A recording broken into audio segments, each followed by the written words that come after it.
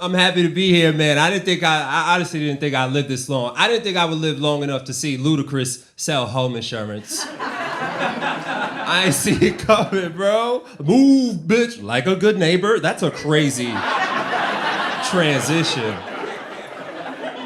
I ain't had that in my Serato. I didn't think I'd live long enough to see one of our, preeminent civil rights leaders pass. It's a tragedy. R.I.P. Charlie Kirk. Am I right? My heart goes out to them. We lost a real one, man. By real one, I mean Nazi. But I've been saying that a lot in public. I should chill. Like, I know it's like divisive times, and Nazi's a very strong word. I should chill. Actually, I apologize. Everybody knows real Nazis had way better fashion than that guy. Wait, not even close. Have you ever seen such a sauceless man, dog? Devoid of all drip? Like, Charlie Kirk is the answer to the question, hey, what would happen if a wafer became sentient, That's who that nigga was, bro. They was trying to act like I was supposed to be sad, you know what I mean? I was like, yo, D'Angelo died. He gave us things, you know what I mean? I checked Charlie's discography. No bangers. No slaps. Why should I care, you know what I mean? Like, the way I felt about him for real is how they wanted me to feel about Charlie Kirk, which is weird, Like, D'Angelo got me sex, dog. Charlie Kirk's, on the other hand, his effect on women is... You ever seen those nature time-lapse videos where it goes from like lush greenery to just arid, unforgiving desert? Like it's his voice is like a vaginal dehumidifier. Like just all hope for moisture just gone, bro. Out of here. I was sad when he got shot. I was sad when he got shot because I knew right away the shooter wasn't black. And I'm a dreamer, bro, I want that for us. You know what I'm saying? But I knew every one of y'all knew he wasn't black. You know what I'm saying? As soon as we heard the news, it wasn't the who, it wasn't the where we heard the news. It was like, yo, we all heard he got hit from 200 yards away, 200 yards, and we was like, that's a white distance. That's a white distance. That is a Caucasian measure of murder, bro. Just is, Don't get me wrong, yo, if it was right up on him, hey, it's anybody's game, baby. You know what I'm saying? Anybody can play, you know what I mean? But 2 MetLife stadiums, two stadiums where Beyonce did the Renaissance tour. Come on, bro. That's Tyler. That is not Tyrone. That's all I'm saying. We're gonna get there one day, though. We're gonna get there, It's crazy times, man. I'm trying to find my joy. I've been seeing somebody. That's pretty cool, right? Yeah. We both have in-unit laundry. What? Yeah. Did y'all know? Did you know you was looking at half of a New York City power couple? Yeah, take it in. This is what wealth looks like. It's been going good, man. It's been going so good that we're already talking about opening the relationship. Nah, it's not because we fun. It's because we're fiscally responsible, right? Because I'm a comic ain't none of y'all heard of, and my girl works at a non-profit. So we are looking for a man of the house, folks, okay? Okay? We are looking for a provider, all right? Open to submissions, dog. Open to submission. Honestly, whatever. Whatever works, bro. It's economy. Shorty I'm seeing, she's Asian. Some people will call that an interracial relationship. I prefer to call it Rush Hour, the remix. It's just us against the world, me and my Jacqueline Chan, you know what I'm saying? One crime syndicate at a time, you know what I mean? Yeah, man. Some people don't talk about, it's always a little nerve-wracking when you gotta meet people's folks and all that, but just like everything else, there's another layer when you black, you know what I'm saying? It's like, yo, what kind of folks is her folks? You know what I mean? What kind of stuff have they taken in? Are they gonna meet me and they gonna be like, yo, who is this thug drug dealer, instead of the truth about me, which is, who is this unsuccessful thug drug dealer? I tried, nigga. I did. I was forced into a life of school. You know what I mean?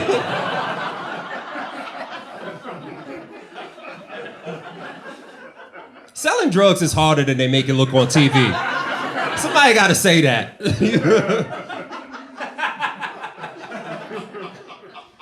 Nah, man, but you know, it's crazy. We talked about it, and you know, I expressed my anxiety, and she was like, yo, actually, my father is no longer with us, and my mother has severe dementia. And I was like, oh my God, what a relief, nigga. Oh, woo! Yo, you ever had a task you were dreading just taking off your plate? It's just, what? Daddy too dead to be angry and mama too crazy to remember if she racist. It's,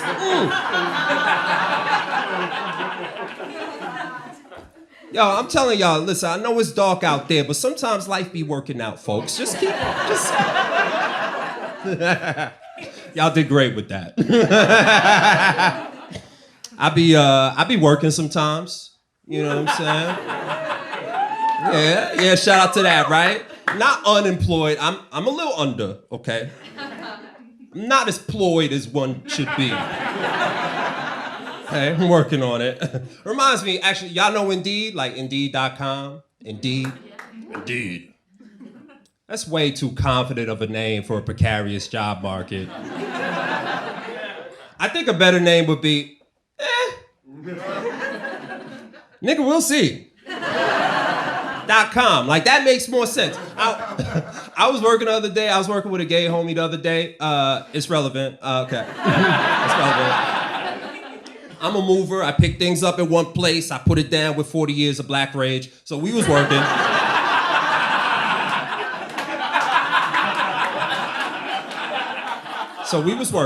And we was supposed to unload one truck up to the 5th floor, right? This dude had all the usual stuff, but then he had like 15 filing cabinets for some reason, all right? And I was just like, at some point, to no one in particular, I'm just like, dog, what are these files? What are you filing? And dude I was working with turned around to me and he was like, girl. And bro, I floated. I was like, yo, I'm girl, bro? I didn't even know I wanted to be girl until right then, dog. Like, I was like, yo, is this what white niggas feel like when I call them nigga, bro? I get it, fam. I get it. This joint is intoxicating, son. I want more, you know what I mean? I was thinking about it. I was like, yo, actually, you know what I mean? Like, because he don't know me like that. So I feel like he hit me with like the entry-level joint, you know what I mean? Him with the girl. But I feel like if we got more familiar, he might hit me with the bitch. Like, I want to be bitch, bro. Like, that's what I really, you know? Because then that would really be like my nigga. You feel me? I'm trying to be a bitch nigga, bro. That's what I'm trying to tell y'all. You know? I spent my whole life running from it, but it turns out that's goals, yo. That's goals, dog. That one's fun. I'll get out of here on this. How we feel about Luigi, man? Still free that beautiful man? Yeah. Free that beautiful man. Yo, you remember with the first pick drop where we only saw like the eyes, like he was over the register? You know what I'm saying? You remember that? I remember seeing that joint, like his face was covered, but I was like, yo, I bet that nigga got a pretty smile, yo. I can tell. He got a nice smile, yo. Yo, when I heard a healthcare CEO got shot, hearing a healthcare CEO got shot it's like the feeling you get after lunch with an old friend. You know? It's just like it, dog, because you sitting there, you enjoying the food, you reminiscing, but at a certain point, you look at each other and you're like, we really should do this more often. You know? We should do it all the time. We should get together and do it all the time. I'm Shaun Anthony. Y'all been fun. Thank you. Getting my life in order. I'm a messy bitch. Anybody else? Messy. Yeah, I'm super messy. I have a hard time like cleaning my apartment. It's really bad. It's like clothes are just so heavy. Like I can't hang them. I can't fold them. They're everywhere. I'm kind of a hoarder. Like I can't get rid of things. I would love to be on that show Hoarders. Y'all seen that? There was 38 seasons of Hoarders. And everybody on the show just open the door and be so coy, like, what are you doing here? It's like, bitch, you got 50 cats fucking underneath the couch. They're here to rescue the cats and clean your place. I really want Hoarders to show up to my place. Listen, I'll be in a crop top, rhinestones. Hi, Daddy. Like, I've been waiting for y'all for years. Like, and I'm an actress, so that'll be a credit. There it is. Yeah, so I had to get a cleaning person. Do y'all have that in here? Cleaning person?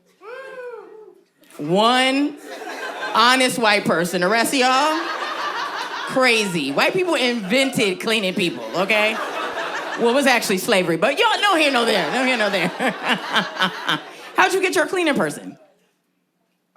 She used to work for my mom.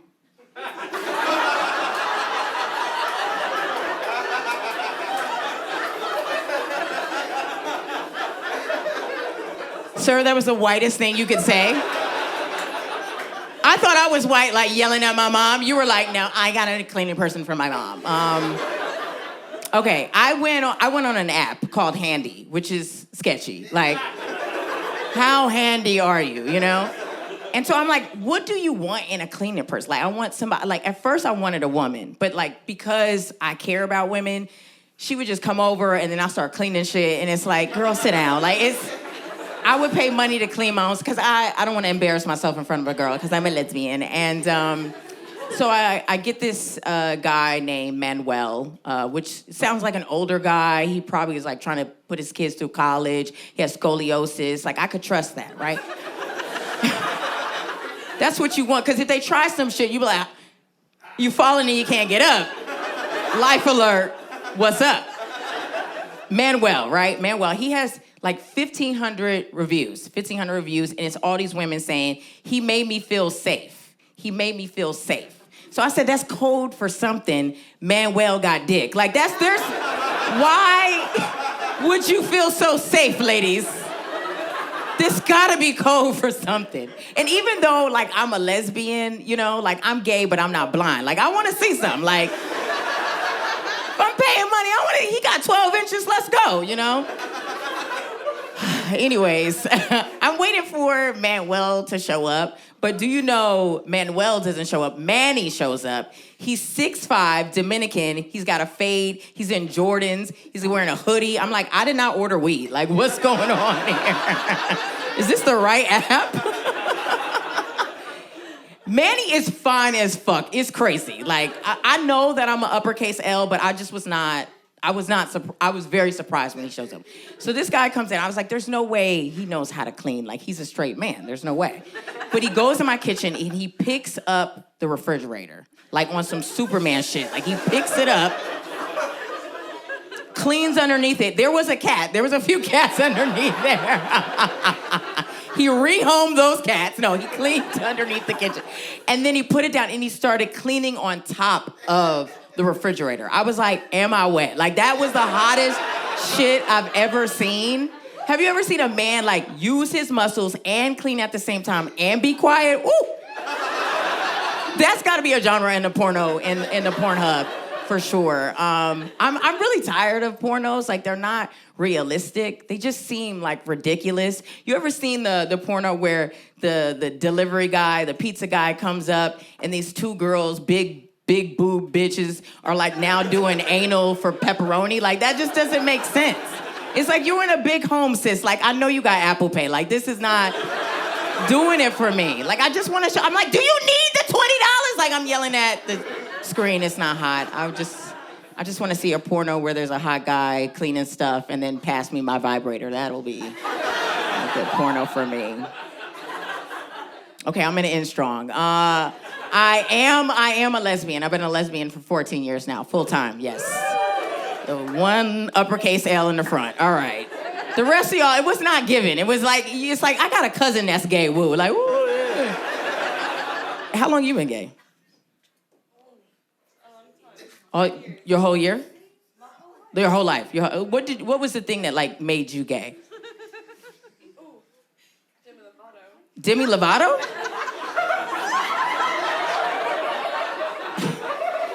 I gotta stop talking to white people in the audience because the answers Demi Lovato? What about Sailor Moon? Like that? She made me damp as a child. Demi Lovato? Now I need you to sing her songs word for word right now. You're like, it wasn't the music. I've been gay for 14 years, and it's cool. I think that LGBTQ plus it's too strict. It's very strict. Like, there's so many rules. Like, what's gay? What's lesbian? What's queer? What's poly? Like, we're all grown. It should just be more fluid. Like, what is this? Like, oh, you have to do this to be that. I think we're all trying to figure it out, and sometimes we make mistakes. Like, I believe that I'm an uppercase L, but I did some lowercase L shit last year. I did. After a gay breakup during Pride, which is a hate crime, you gonna break up in front of the float? Like, how dare? In front of the drag queen that just did the split, you gonna break up with me? Okay. You the problem. All right, so she broke up with me, and I relapsed and went back to men. I went back to men, lost the whole audience on that. The silence was like, okay, and we need to know the rest. I went back to dudes, and I was making jokes about it because I'm a comedian, and I thought it was funny. I was like, I'm an uppercase L, now I'm a lowercase L, and all these lesbians were in my DMs. They were like, you're not a lesbian, you're a dick-sucking piece of shit. I was like, whoa. Did I fuck your dad? Like, why are y'all writing me dissertations right now? It was wild. They kept saying that I was bisexual. And I was like, you know what? Let me see. Maybe I am. Let me check. But no. I am not bisexual. Even if I wanted to be bisexual, a cis straight man is gonna fuck it up every time. The guy I went to his house, he didn't have electricity. Like, that's fucking crazy. I told this man I'm a lesbian. He's like, she don't deserve lights.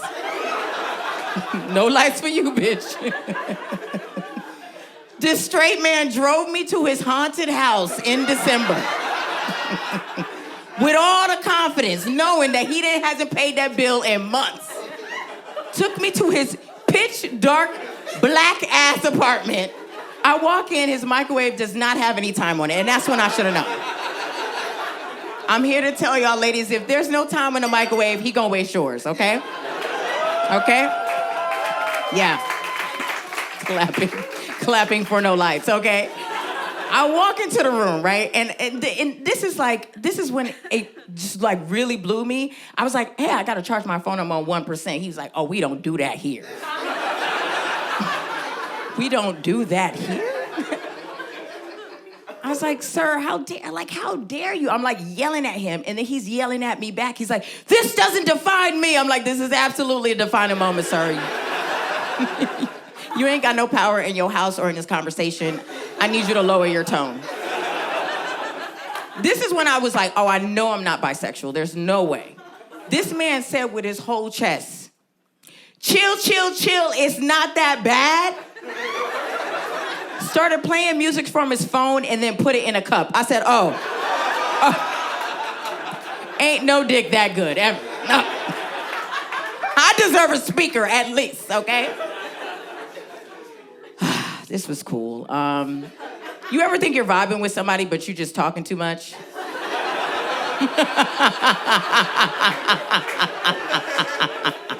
That might have been the rest of that set. Thanks so much, Sydnee Washington. Bye. No, stop. Hey, listen, it's crazy we gotta kill Kanye. He's gotta die, he's gotta be dead, and not like regular kill, like we gotta shoot that nigga out of cannon. It's bad. It's really bad. Do we know what's going on with Kanye? No, this whole white crowd, no. No, he made good music or something? What happened? He's a Nazi now. He's a hardcore Nazi. He made a song called Heil Hitler, so he's like, okay, you're committed. And it's bad, man. It's bad. I hate it. It's disgusting. I gotta say that. It's deplorable what he said. And also, the thing I hate about the song the most, it's a little bit catchy. And we can't have that. It's like in my head. We can't be having catchy hate speech, dude. What if that one song was like, we lynched this nigga on rock and roll? We can't. Yeah, that's what this set's gonna be like.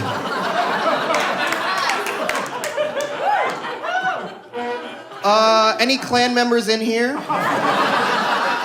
Okay, heard a woo. I don't like the Klan. So far, so good. I will say that besides the NFL, the KKK is my favorite white supremacist organization. Because, like, back in the day, man, people used to commit to racism, you know? Today, it's so casual, everyone's just doing it. Back in the day, the Klan, they used to make their own robes. Bro, they used to make their own... Imagine being so racist that you're like, I'ma learn to sew. You know what I mean? You couldn't just go buy those. Those weren't at like the stores at Shein and stuff. They weren't mass producing them in the sweatshops. Honestly, when you think about it, Klan robes were manufactured more ethically than what most of us are wearing right now. Yeah, say what you want about the Klan, but their fashion was sustainable. The South will rise again, that's recycling.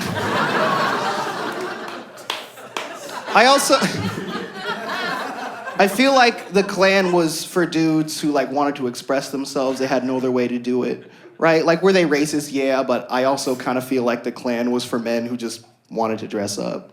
Like, I feel like the Klan was for dudes who were too racist to realize they just wanted to do drag. Cause the Klan's kind of cunty, you know? It's like, I'm a grand dragon. It's like, yes, you wear magic. Oh. And you know you put on those robes. If I wore them, I'd be straight voguing. Bitch, it's giving 1950s lunch counter because you are serving whites only.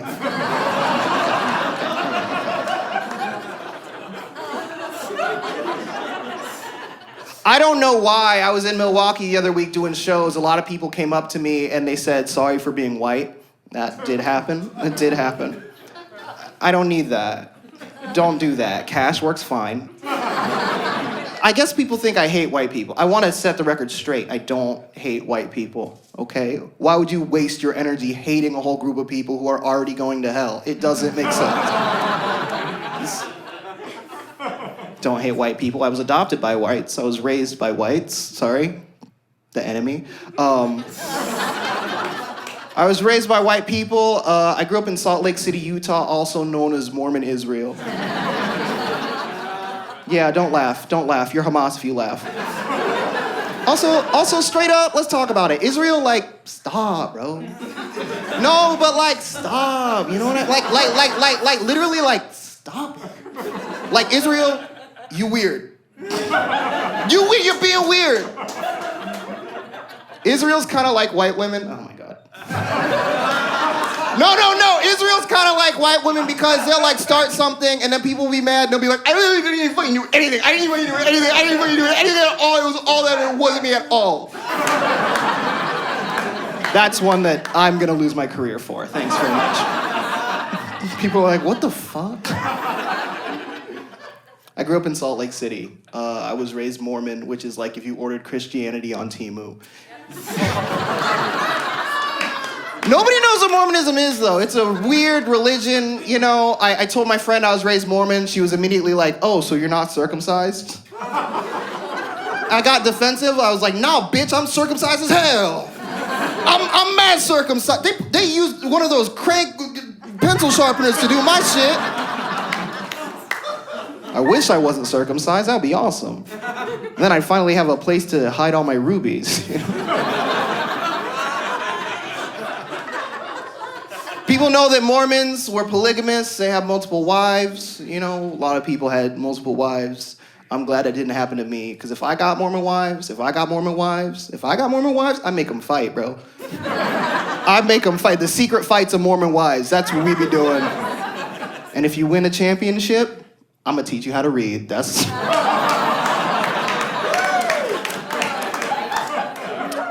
So I grew up with like mostly white friends, right? Salt Lake City, Utah, whitest place, mostly white friends. And they would listen to rap music, and they would listen to Eminem, who was the white boy MLK, right? That's what he was. They're like, no, that's the Reverend Dr. Mathers. And they would listen to rap, and Eminem, you remember Eminem, he'd be like, here's a gay slur, and I hate my mom, and everybody would be like, this is the best rapper ever. And so they would say shit to me, they'd be like, yo, like, since we be listening to rap, and you got white parents, it's kind of like we're blacker than you. You say that, they'd be like, oh, we're like blacker than you. I'd be like, all right, well, I hope you get sickle cell then, because you don't get to say that to me. You don't get to invalidate my blackness because I got white parents. Like, literally, like, think about it. I got taken by white people. That's like the blackest thing you can do, really. That's like the original thing of black. Honestly, the Confederacy would have lasted longer had they just called it adoption. They're like, what slaves? I got my house sons and my field sons. It's like how your job exploits you, like here on this plantation, we're a family. Thomas Jefferson, like literally though, like literally. Sorry for bringing up slavery, guys. I grew up drinking a lot of milk. Full glasses like a fucking Zodiac killer. Like, why was I drinking so much milk? You know what I mean? We had so much pro-milk propaganda. You remember those Got Milk ads? The most passive-aggressive ads of all time. Those ads that would come on and be like, oh, you don't got milk? What are you, gay? Like, it... Why was I drinking so much milk, bro? This is crazy. And they said you drink milk, you get strong bones. Do you hear that growing up? You drink milk, you get strong bones? That's a lie. That's not true. I looked it up. I Googled it. Calcium's not real. That's not right. But you can't lie to me about that. About food, right? Like, what's next? Do carrots not really help my vision? Right? Can I digest gum faster than 7 years? Is cauliflower not doing ethnic cleansing on broccoli? Like, where do the lies end? I can't handle it, bro. I become like a conspiracy theorist, but instead of talking about the Illuminati, I'm always talking about Big Dairy. I'm always pulling my friends aside, like, why do you think they call it 1% milk, bro? Because that's who gets the profits. Think about it, dog. Now think about it, dog. Now think about it. In the American workforce, what demographic is always getting paid the least? What demographic gets paid the least? It's women of color. WOC. Flip that backwards. What's that spell? Think about it. All right, I've been Skyler Higley. You guys have been phenomenal. Give it up for yourselves. Pregnancy is a spectrum. Very similar to autism. It can be so bad that you're nonverbal. Or it's fine and nobody can even tell, right? It's okay. I just get nervous because you never know which way it's gonna go. Like, my pregnancy went well. Commotion for the body, I worked so hard, please. Thank you. Thank you. Thank you. Thank you, the snap, thank you. Thank you. I don't yet have children, but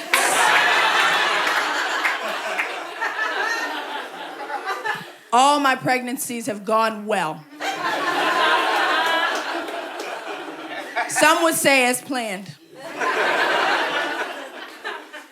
I'm a responsible adult and I want to be married, right? I'm the cliche person that wants to be married. And my friends are getting married, which is why I'm scared to get married. My one friend is marrying into the Muslim faith. This lucky duck gets a dowry. Have y'all heard about this?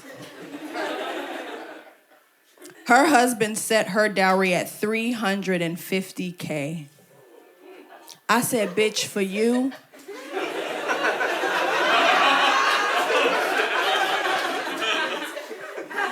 Does he know about college? She was like, now's not the time, I'm nervous. I was like, why? And she said, well, my family, it's an interracial coupling. And she was like, my family is nervous that he'll pay me this much money and become abusive or controlling. And I'd never heard that stigma, so I was like, well, and then I sat back. I've never paid $350K for anything. But if I did, and I got home and the dishes aren't done, what am I to do? It's about the ROI. I'm just kidding. I actually don't have children because my boyfriend keeps breaking up with me. Have y'all heard about this? Yeah, he keeps breaking up with me in person. Has anybody ever been humiliated that way? Yes. He would call me to his house and be like, I can't do this anymore. And I would be like, why the fuck are you doing this? And he was like, I wanted to break up with you like a man so that we could have closure. Men, closure is something we bitches made up. It's not real. You only need closure in one place. Does anybody know where? Yell out somewhere, but keep it cute. Where? No, ma'am.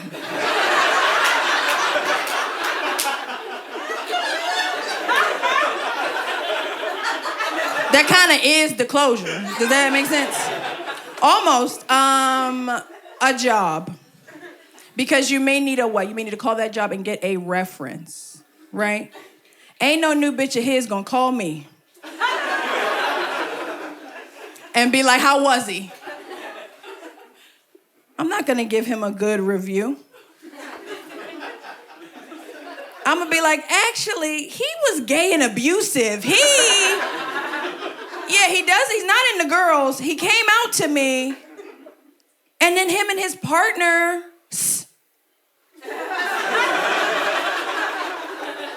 beat my ass. I don't know, if you want to date him, go ahead, girl. I'm a girl's girl, right? I do it for the girls. I'm in an interracial relationship, so my children will have aunts and aunts. I don't know what's up with y'all in that. I don't get it. But my friends, when they met my boyfriend, they were like, oh, we never thought it'd be you. I was like, that's what you say when somebody shoots up the school. I didn't shoot up the school, right? He did, right? And I no.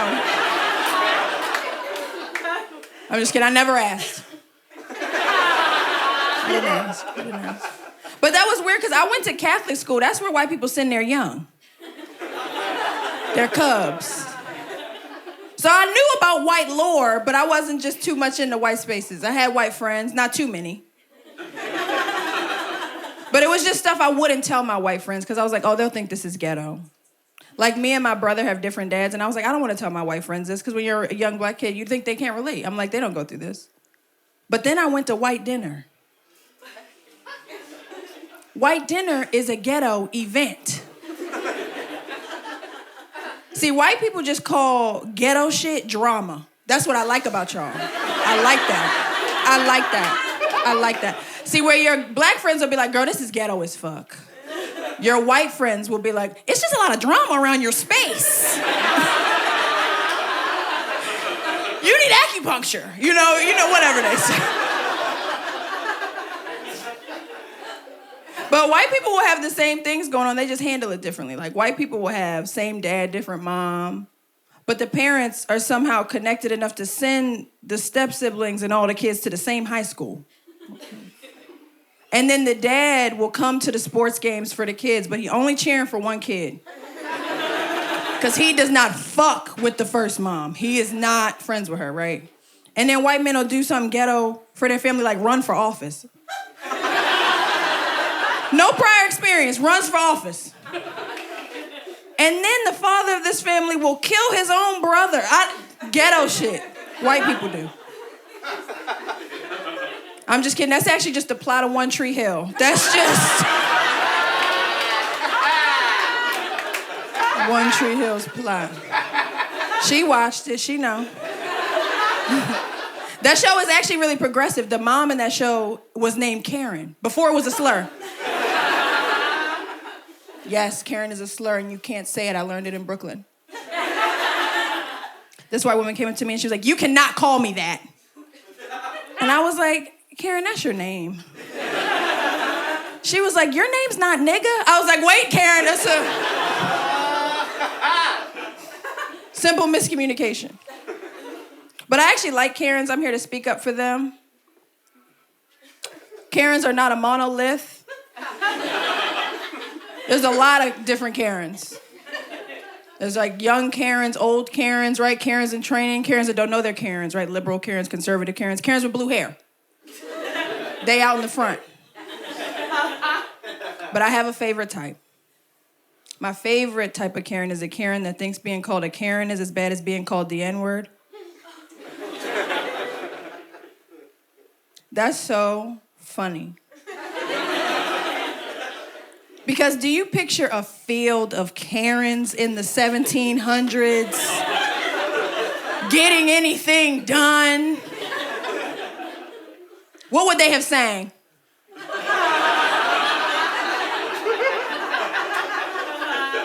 Working 9 to 5.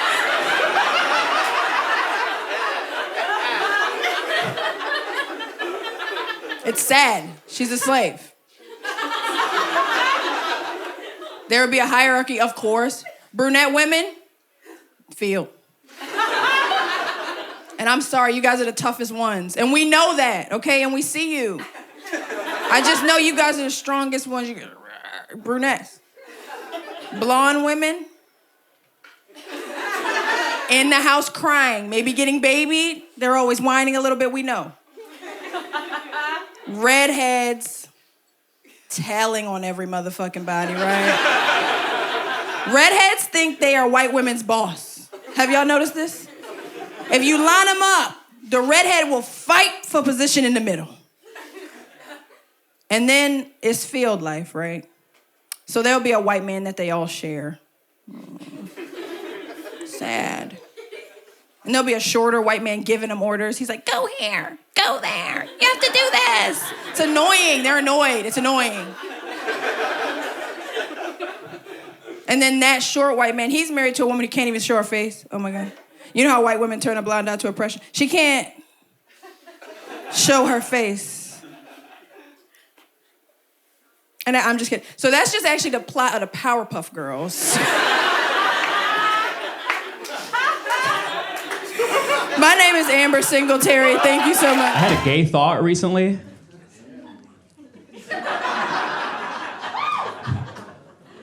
Can I share it? Yes. All right, here's what happened.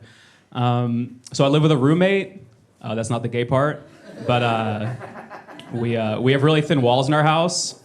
So I can hear him have sex with his girlfriend. And it's not even just loud, it's like really long for some reason. Okay, I don't know what he's eating. I don't know what's going on, but he fucks forever and it's messing up my sleep schedule. So the other night, it's like 3 a.m. He just been going and going and going and going and going and going. That's when I thought to myself, I was like, damn, I really want Nathan to come right now.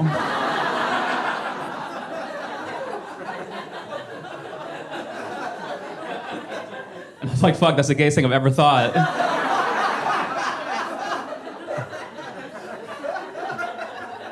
And dude, our walls are so thin, I could even hear them like doing dirty talk with each other. And at one point, his girlfriend's like, come for me. And I was like, yo, come for me, dude, I have work.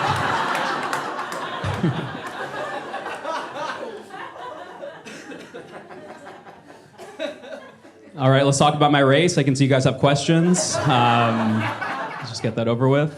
My name is James, I'm biracial. My dad's black and my mom is regular.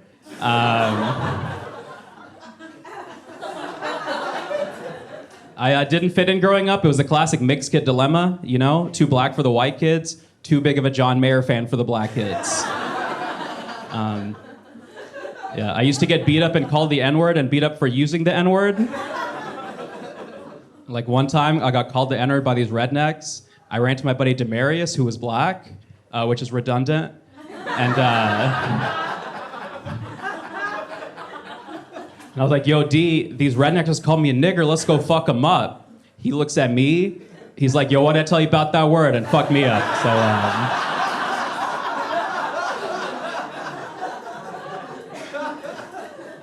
she was inconvenient. One time in middle school, a girl was like, you black, but you ain't black. I was like, I didn't know I needed to, right? She then accused me of talking white. I was like, gee willikers, I have no idea where you're coming from.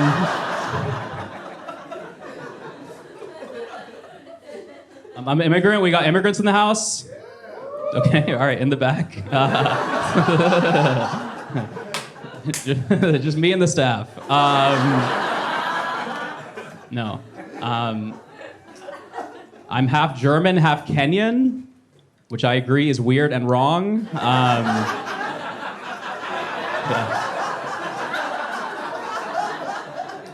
Also, if y'all have ever wondered what happens when a dark-skinned African dude makes a baby with a pale, blue-eyed, conservative German woman, the answer is Puerto Rican. There we go. We're having...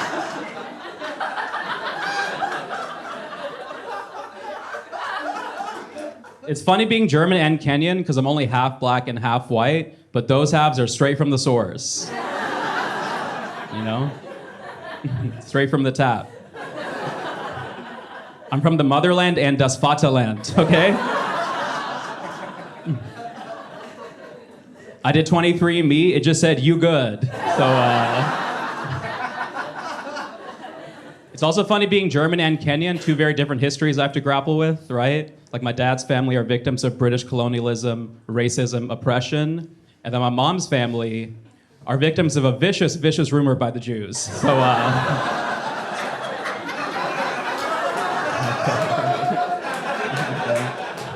It's a comedy show, guys. We're having Tough year for biracials. Our leader has fallen.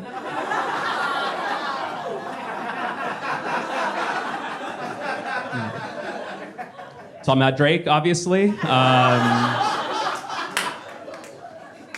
Yeah, were y'all paying attention to Kendrick versus Drake? Yeah, I was not enjoying it. Because if y'all were listening, Kendrick was dissing Drake for being half white. Drake was dissing Kendrick for being short. I'm sitting there getting cooked both ways. You know what I mean? Some bullshit. Kendrick was like, you got a white mom, you ain't even black. I was like, got him! You know?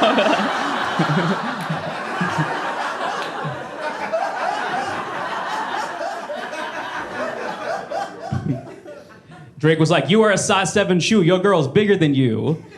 I looked at my girlfriend, I was like, that's a good song, isn't it? What's wrong with size 7?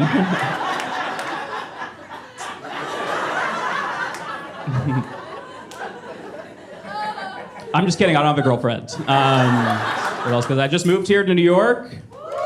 Thank you. From the place that's on my shirt. Cute little town, I like it. A lot of ethnicities and cultures I was not familiar with that we don't have in California. Like on my 3rd day here, I accidentally walked through the Orthodox neighborhood of South Williamsburg. Whoa! Yeah, no heads up on that? No.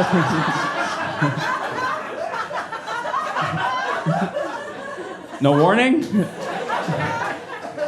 There could be a sign, right?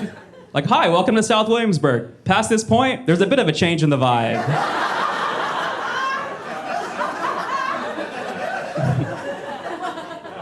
But as a black person, that shit's a bit alarming, you know what I mean? I was like, I don't know what year this is supposed to be, but I don't think we were free yet. So, gotta skedaddle, dude. Puerto Ricans are also fascinating to me. We don't have those in California. Because my whole life, people have been saying I look Puerto Rican, and I was like, whatever that means, you know? I got here, I was like, oh shit. Mi familia. I also saw a Puerto Rican say nigga for the first time.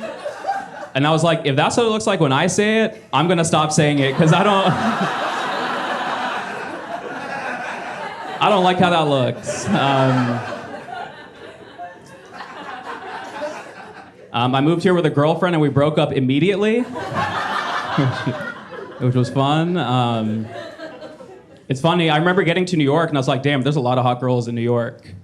And I guess my bisexual girlfriend felt the same way. So, yeah, now we're both independently chasing these hoes, you know what I mean? We broke up because she asked for an open relationship on my birthday on shrooms, which was, mean. I'm sitting there on shrooms. I just didn't like the idea of other guys fucking my girlfriend when I'm the one that built the IKEA furniture. Does that make sense? Like, if everyone gets to hit, everyone's got to help,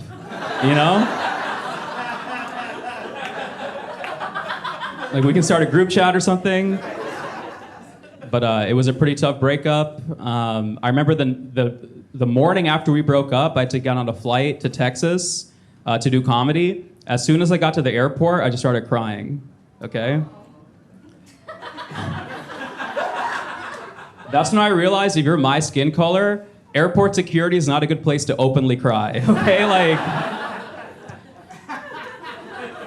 people were getting pretty nervous.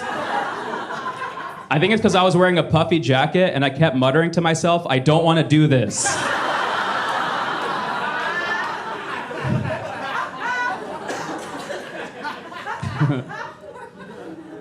But my ex was 26 years old, bisexual, had a septum ring, had tattoos, believed in astrology, and didn't shave her leg hair.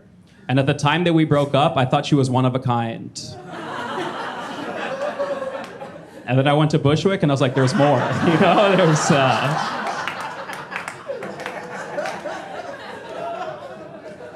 So I've been hanging out in Bushwick a lot.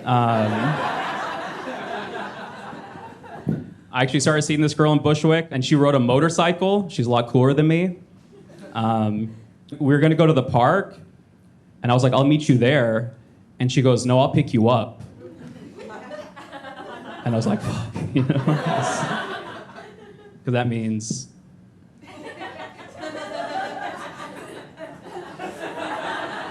And I'm a boy, you know what I mean?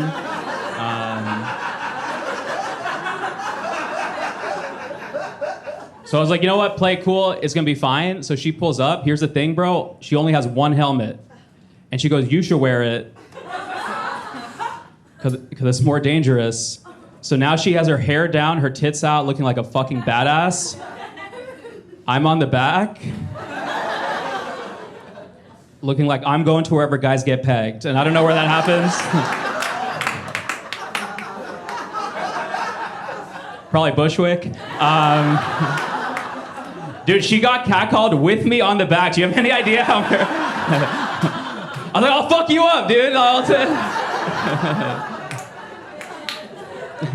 We get to a red light. She's like, that guy was an asshole, right? And I was like, he hurt me more than he hurt you. All right, guys, I've been Drake. Thank you, bye. We celebrated 1 year being married, y'all. Come on, y'all. Holy shit. Yeah. No cheating or nothing, man. We did it. It was a tough year, though, because the whole time my wife was underemployed. You know what that means to be underemployed? Like, that means she got a job, but she ain't doing what she's supposed to be doing. And she ain't making the money that she's supposed to make. And my God, we never stopped hearing about it. It was tough. She wanted to fix it, but she kept joking about fixing it by going to OnlyFans. Which, yeah, that's funny the first 3 times you make that joke. Around the 19th joke, I'm like, bitch, I think you're serious. Like, you trying to see if I'm with it, you know? And here's the thing. I think I'm progressive enough that I can handle my wife being naked on the internet for money. I think I could get there. I think the thing that scared me the most was, what if she wasn't successful at the shit? Don't put that pressure on our marriage. We just got married, man. How do I support you now? Keep making content, baby. They'll subscribe. Get out there. You know, that's the thing, right? Like, everyone's not making $1 million on that website. There's some women who bared it all and just pulled in $44. And now it's the family's problem, you know? Like, you just hear them arguing through the walls. Why won't they subscribe? I don't know. You study marketing.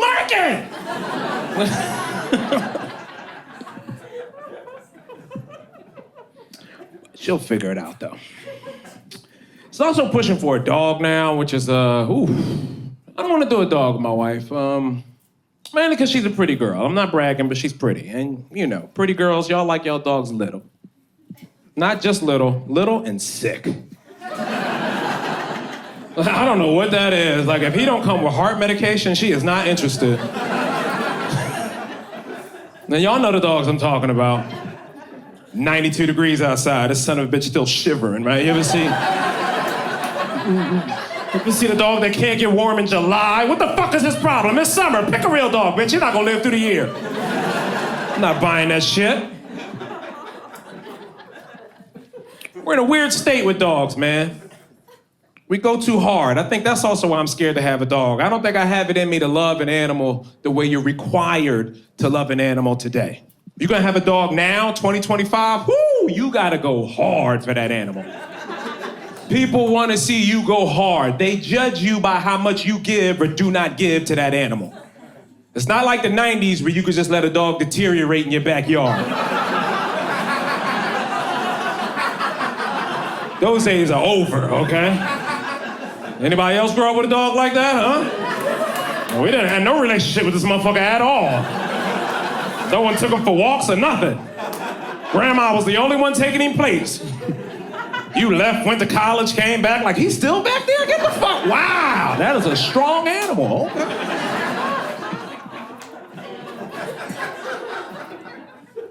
I don't know, it's the rich people. Rich people set a new bar for animals, man. I blame y'all. And I know some of y'all in here trying to blend in with us regulars. Comedy in a bowling alley? Why not?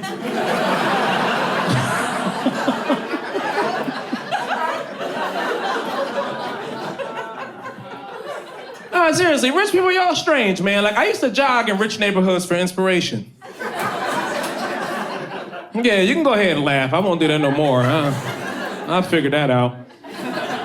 But yeah, like, I'm a runner. I'll go do the Central Park loop, and I'll come out the Upper East Side, and you got rich women that are pushing their dogs around town. In strollers. To take them for a walk. That's insane, right? Come on. Dog in a stroller? Putting a dog in a stroller is like putting a condom on a strap-on. You know what I mean? Okay, maybe there's a reason to do this, but if we have to, let's just throw it away and get a new one. What the fuck are we doing?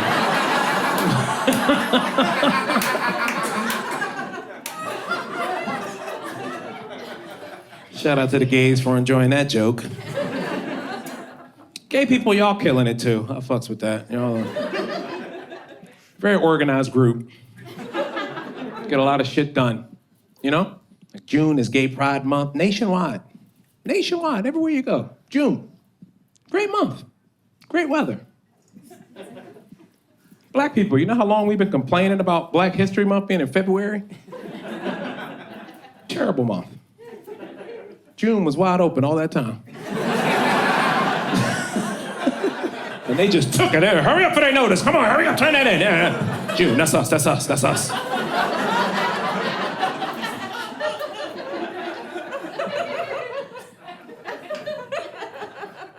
I'm just jealous because I didn't get the opportunity to be gay, you know? Like, I'm from Philly. We're not good people. We're not open-minded, you know? We be outside the street throwing a football. Fucking old people be on the porch. They see two gay dudes going by. Hey, you see that shit? Don't you do that. Don't you do that. They're going to hell. You understand? They're going to hell. You're like, all right. Holy shit. I didn't believe that, but I heard that a lot. And if that is true, if gay people are going to hell for their lifestyle, don't you kind of want to see what they've done with the place?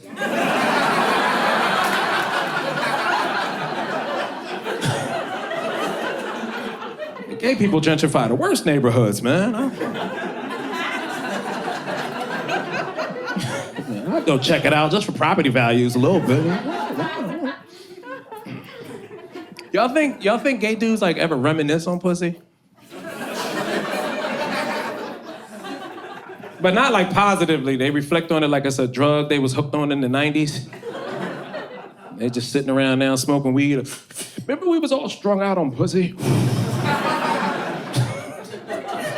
Yeah, I remember that, man. Pussy almost ruined my life. I think all the money I wasted on pussy. Like, that's how I feel. I'm straight, but I'd be damned if pussy didn't ruin my life, man.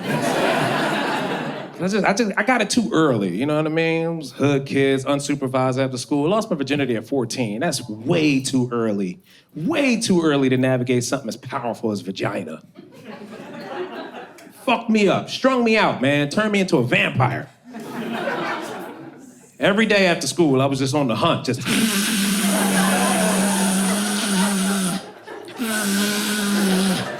Where is it? Just another taste, please. Please.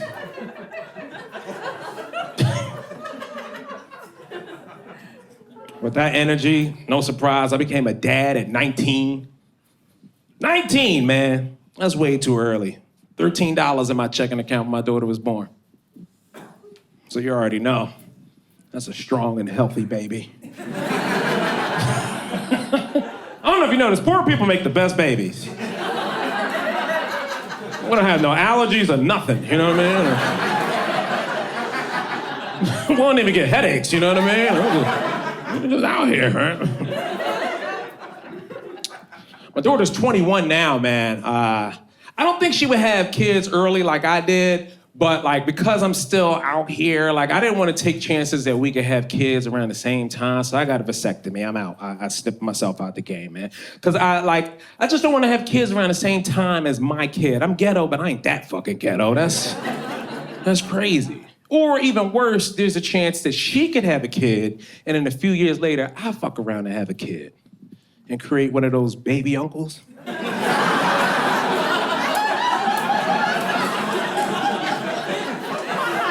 Hey, you ever meet somebody with a baby uncle? It fucks with their mind, man. Don't do that shit. Don't have these motherfuckers growing up jockeying for position in the family their whole life. Hey, man, I'm your baby uncle. You better listen to me.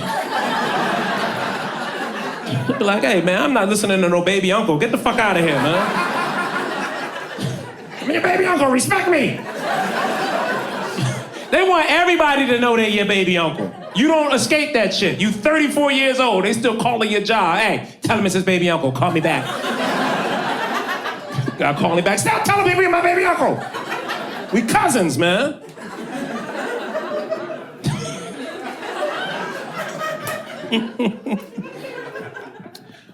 Also, recently got into TikTok. Like it has taken me to. I am a full-blown crackhead right now.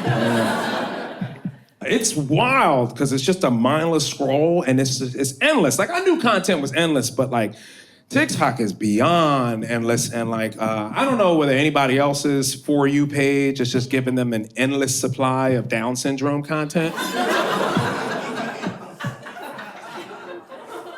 Am I alone? I'm the only one? All right, whatever. All right, look, I don't make this shit. I just watch it, you know? Fuck it, the algorithm knows what I want. Let's swipe away. Right? And I know y'all watch it too, because these videos, they always have like 40 likes, but like 1.2 million shares. Yeah, we're not gonna comment with our face right there in public. No, we take that to the group chat, right? Yo, incoming boys. The fuck is up with your algorithm? I have no idea. Yo, they come in India now? Yeah. All right, you guys have been a great audience. My name is Dave Temple. It's a tough time to be an American right now, right? Tough as shit. President's an asshole. Everybody's broke. But I'm from Zimbabwe, so right now is just Tuesday. Like, oh my God, the president's an asshole. Ooh. Everybody's poor, so whatever. Like, it's so fun. Like, Zimbabwe right now in 2025 is doing good. It's good. We got like TikTok and shit. You can go viral over there. In 2000, I was there and I got tuberculosis. Yeah, I was still going viral, dog.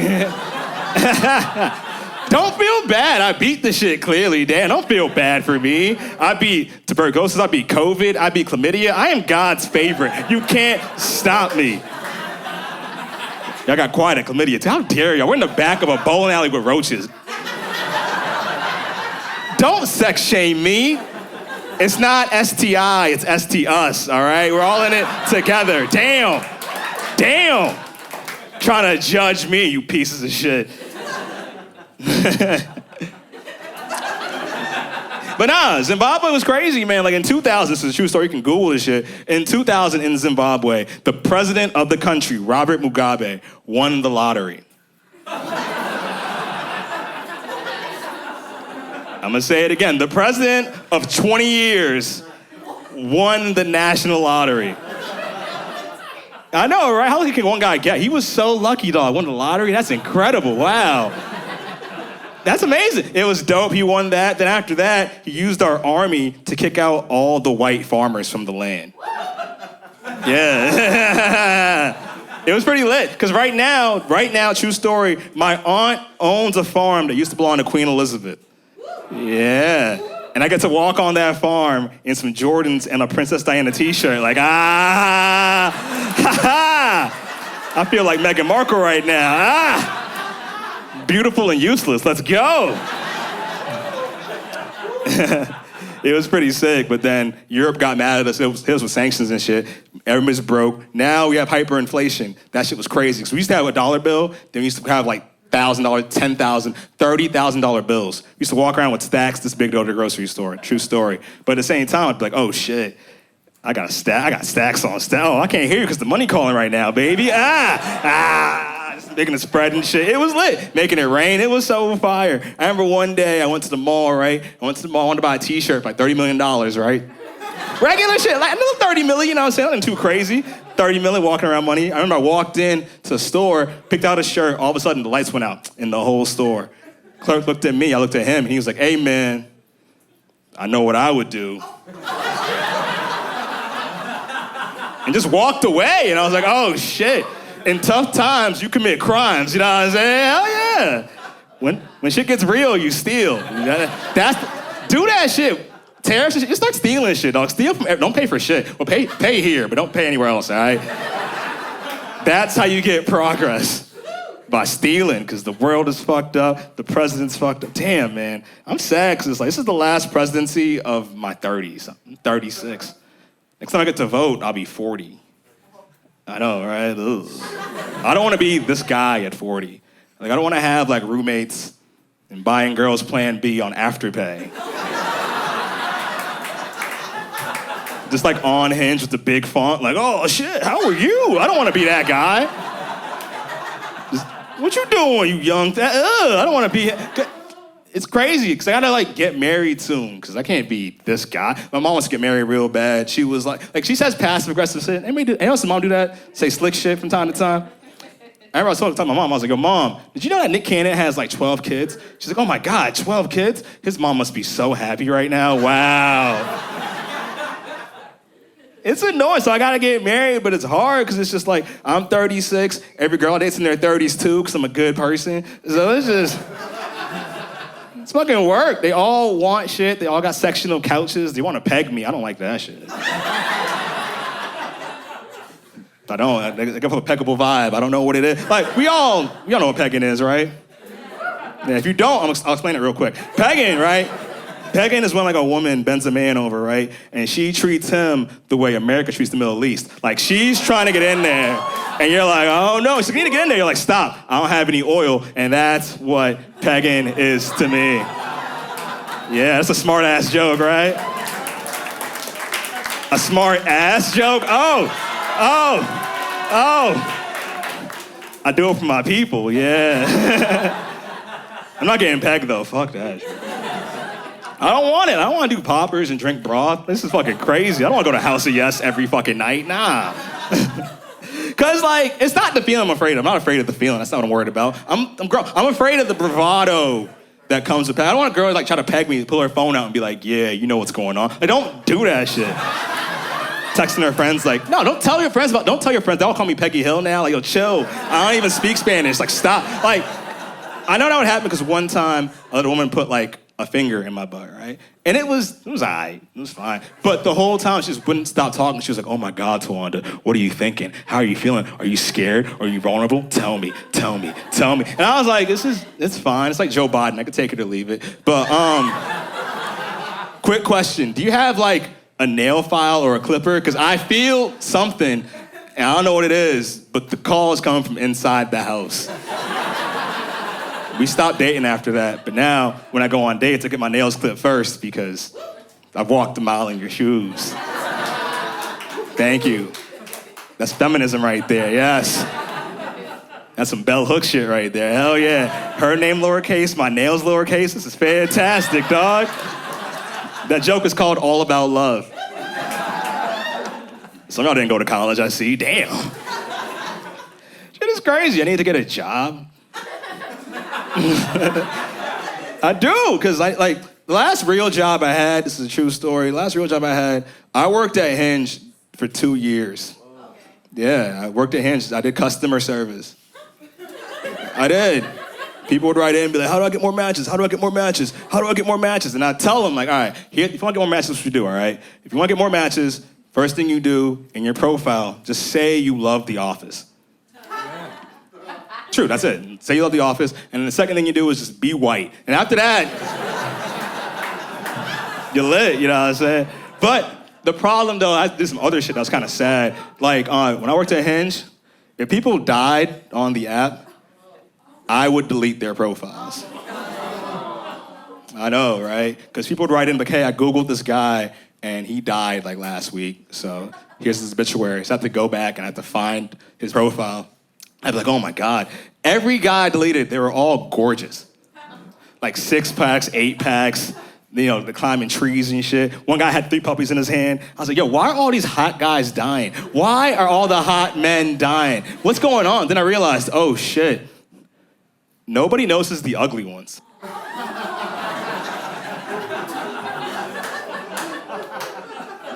So that means on the Hinge app right now, there's like 50 ugly dudes that died 3 years ago that nobody's noticed.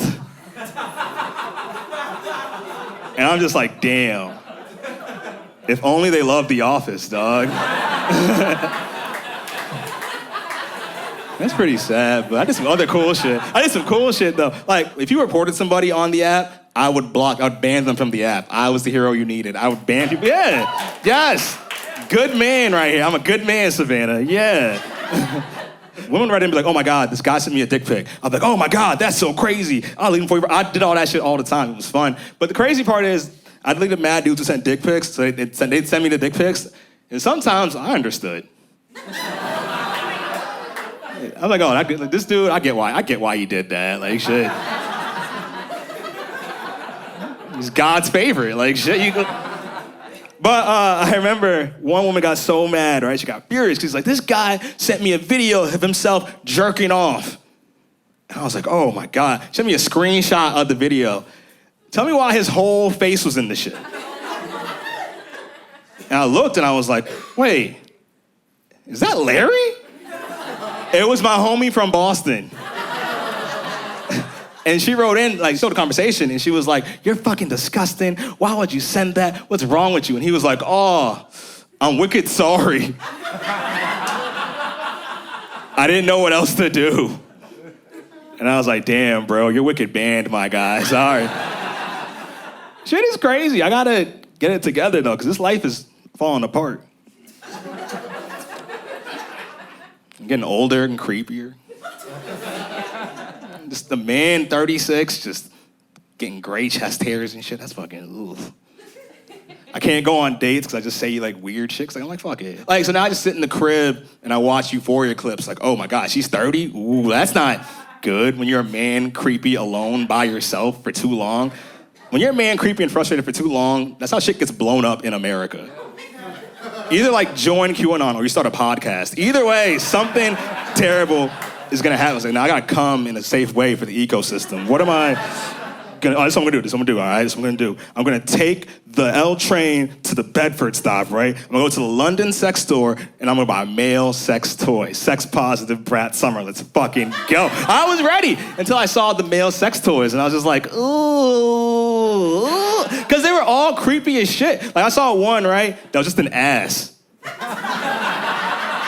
Like a quarter of a torso, just an ass. It was 45 pounds and $500. I was like, yo, I took the train here. How do I get that back to my house? Like, don't mind me.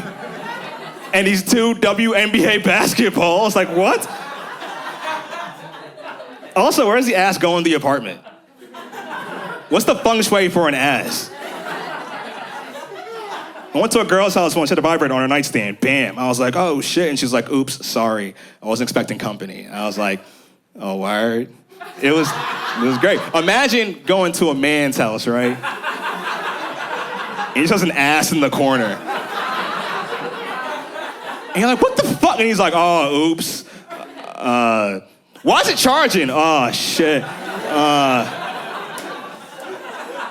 I wasn't expecting company.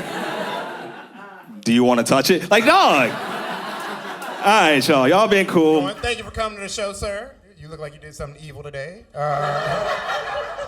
Like you raised the price of insulin. That was when you came here. How's it going? That's what I like to do. My name's Ashton. Happy to be here. I'm happy to be here, but I'm ready to go. I ain't gonna lie. You ever have an Uber driver talk so much they drain your social battery? They drop you off, you be like, man, take me back home, nigga. I'm ready to go. You done talk my whole ass off. I'm ready to go already.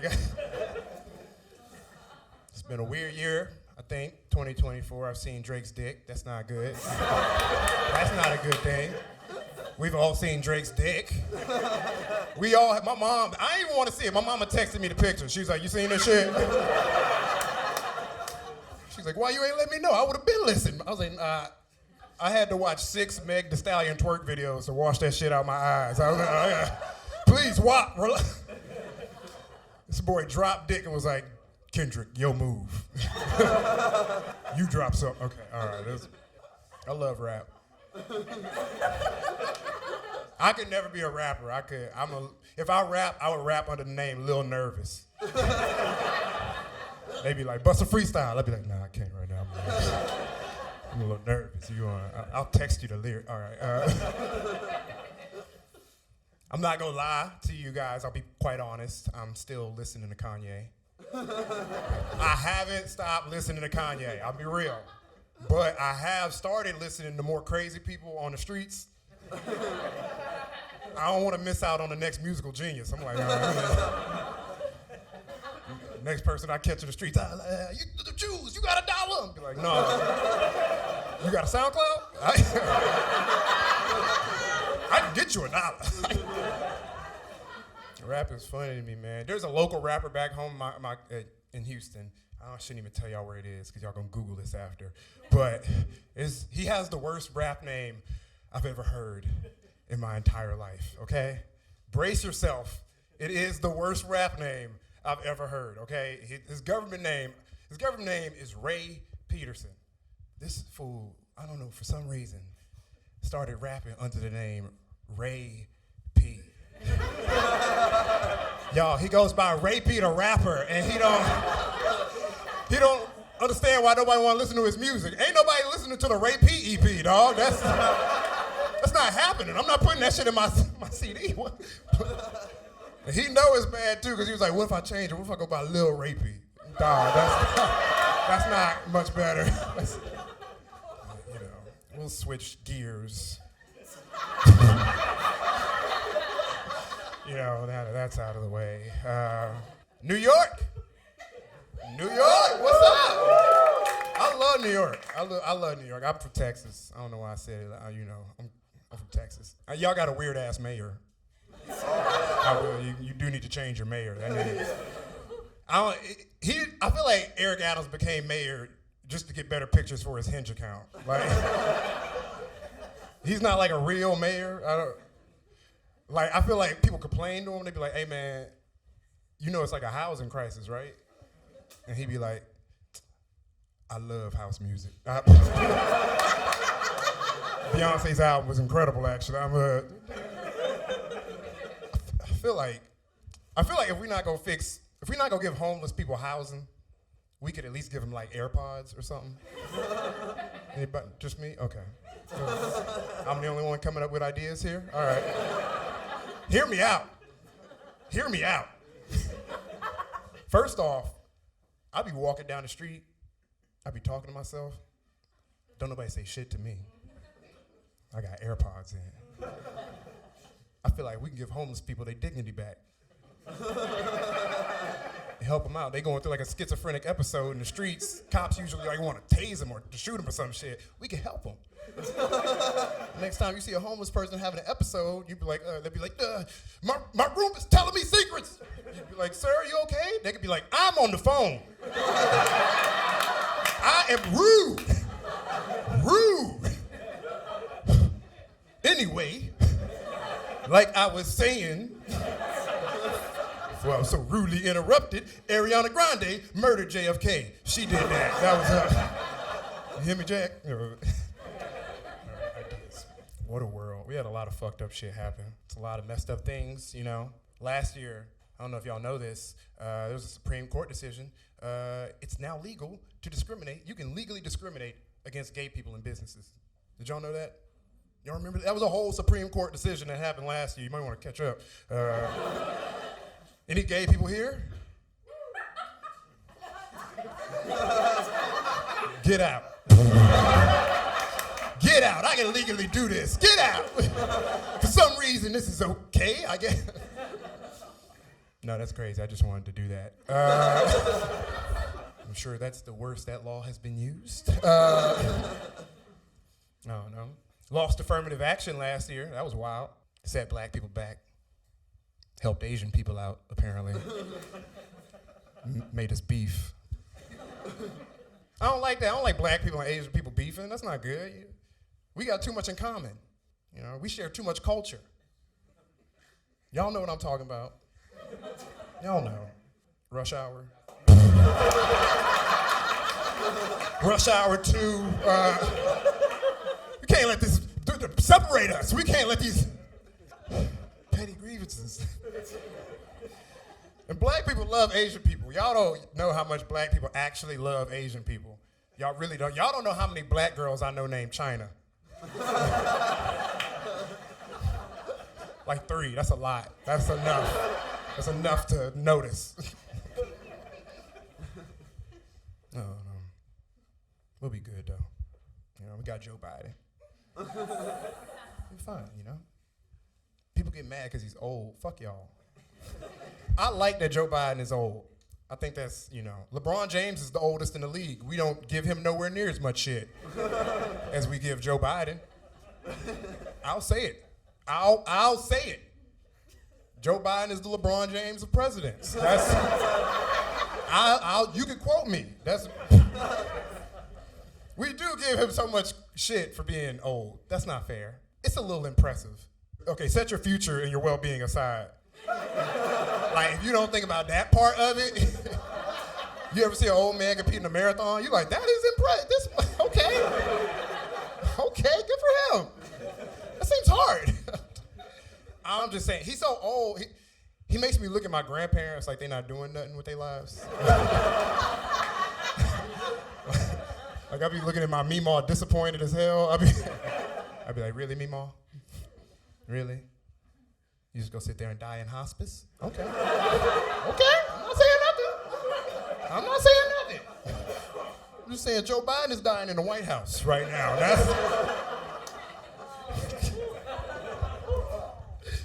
It's kidding. Y'all know my grandma's last words? Her last words? She leaned in, she pulled me close. She was like, Ashton. I was like, huh? She said, fuck them nurses. And then she died. She was like, fuck them the Bye. Thank y'all. Appreciate it. Where the bad bitches at? Bad bitches make some motherfucking noise! We got some bad bitches in the audience tonight. Can I let y'all know a little secret? I'm terrified of bad bitches. I asked at the start of all my sets so I can identify the threats. A friend of mine told me he's been trying to catcall women more respectfully. Here's my impression of a guy catcalling respectfully. Thank you. That was a guy catcalling respectfully. You can't do it. Catcalling respectfully is like trying to suck toes platonically. Like, give me them piggies, my nigga. I do gotta be honest with y'all, though. I try to live by the golden rule. I try to treat others the way I want to be treated. The problem with that is I got catcalled recently. That is how I want to be treated. I remember exactly what they said. I was walking down the street and somebody shouted, "Hey, boy, is that dick fat too?" I was so flattered, I ignored the two. I just said yes. Who's asking? I have been losing weight. I'm actually down about 70 pounds since the start of last year. Thank you. It's been an interesting journey, man. Like when I first started trying to lose weight, it was hard for me because I didn't have good internal motivation. Like my first reason why I wanted to lose weight is my best friend told me he thinks I look like Peter Griffin in blackface. So I went to the gym to find a new best friend. The cool thing about losing weight, though, is you don't have to know why you want to do it when you start. You can just start, and you'll figure it out as you go. I noticed that even across, like, a session at the gym, my motivation gets, like, way more intense. You know what I'm talking about? It's like, oh, look at you go, stud. You got this, stallion. Everybody at this gym wants to have sex with you. And like 45 minutes later, it's like, you owe it to your mom to watch her die. Y'all are funny. I like y'all. Y'all a goofy crowd, man. I'm tired of trying to speak truth to power. I want to speak lies to idiots. My ideal set is me yelling shit like, Adolf Hitler was a black man. A little bit more about me. My name is Dorian Debose. I was born and raised in the state of Kansas. Who can relate? Being born and raised in Kansas just means I was raised around a lot of white people. And, it was I don't know, man. I hear people say shit like, I always felt like I was too black for the white kids and too white for the black kids. Have you ever considered that maybe your vibe was just terrible? I don't know, I think it's impossible to be too black for suburban white kids. I grew up around a lot of wiggers. You know what, you're right. That's their word, I should not use that word. I apologize. I grew up around a lot of Afro-Saxons. A lot of Robert De Negros, if you will. A lot of white boys trying to put me on to Drake. I've been trying to get back into rap music. I don't know. Like, all I ever listen to now is really sad music. Where my Sufjan heads at? If you cried the big thief this week, make some noise. I think that makes me a really sad person. Like, all day, all I hear is, I'm fucked up, I suck shit, everybody hates me. I'm like, why do I feel so glum? I must not be getting enough sun. I think I would like rap more if Jay-Z told us what the 99 problems were. Like, problem 54, my tummy hurts. Problem 68, I like dogs, I don't love dogs, ho. I've actually been working on an impression if you guys want to hear it. Okay. This is my impression of Gay Z. This is Gay Z. Yeah. I'm not a fuck boy, I fuck boys. I think that was Gay Z. I also have a gay Macklemore. Yeah, when I was 12, I thought I was gay because I was gay. I am a bisexual man, who cares? I was bisexual in the state of Kansas. This meant I was a fucking hero. Now I'm bisexual in Bushwick, Brooklyn. This means I'm straight and it sucks. I've been struggling to date men lately. It's really hard for me. Like, men like to invite me on like a lot of weed dates. You know about a weed date? Is you go to their house, you smoke some weed, and you feel out the vibe. The problem is weed makes me anxious. So I know what the vibe is going to be. The vibe is gonna be, I take 2 puffs, I'll lock myself in your bathroom, I'll start writing apocalyptic slam poetry, and then I pass out because I forgot to breathe. How you like that, baby boy? You like how daddy gassed his forehead hitting your counter on the way down? I'm sorry for calling myself daddy in that last joke. I don't like to be called daddy during sex. I don't like most of the things anybody's ever tried to call me during sex. With like one exception. One time I was about to come and the person said, "Yes, governor." And I like that a lot. Turns out I'm cool with the power dynamic. I just want to be elected. Fuck, did you come? Can I have your vote? All right, y'all, I've been Dorian Debose. You take care. I'm like rediscovering myself, you know? What kind of person am I now that I live alone? And it turns out I'm the kind of person that yells, "Let's go!" at everything. You know what I mean? Am I heating up egg rolls? Let's go, you know? Just Law and Order, original recipe, let's fucking go. I'm so into it. Everything's a sporting event. Just let's go while I'm wearing like one piece of clothing, you know? It's like a tank top or a sock. Or actually, it's a compression. I'm like 62% compression sleeves right now, you know? When you're young, it's about letting it all hang out. But when you get older, it's about gathering it all back up. Putting it where it used to go.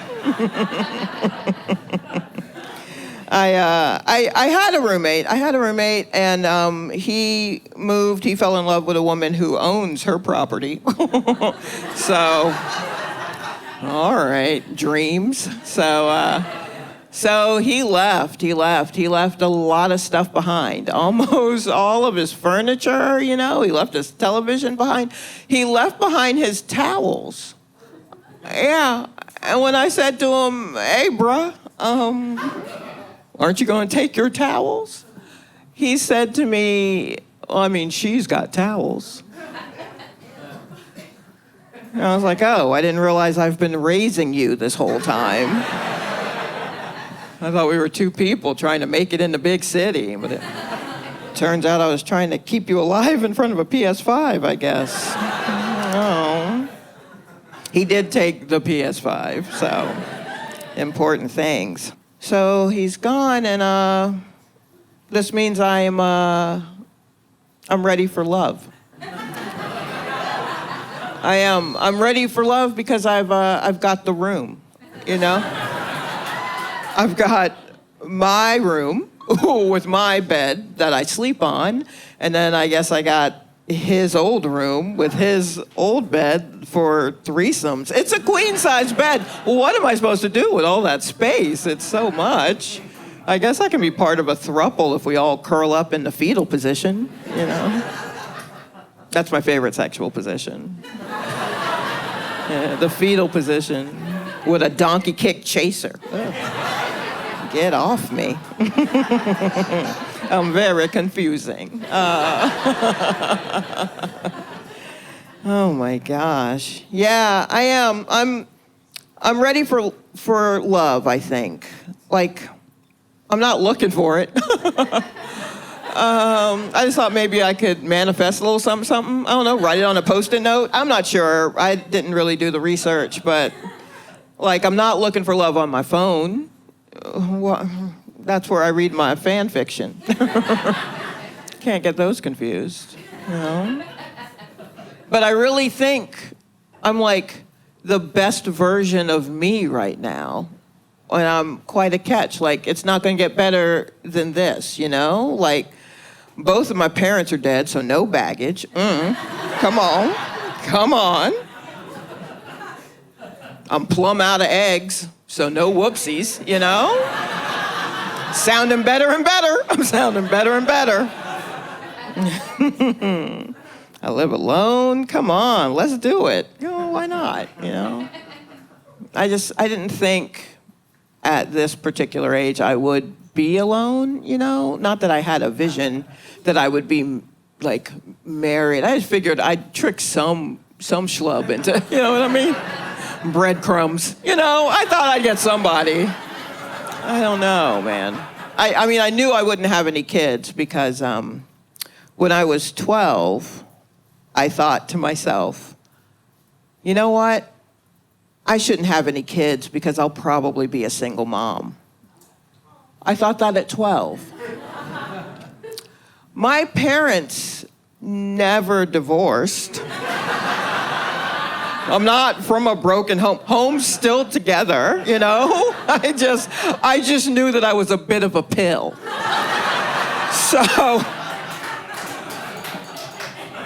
So ridiculous, But I am. I figured, why not? Why not? Let's look for a little something.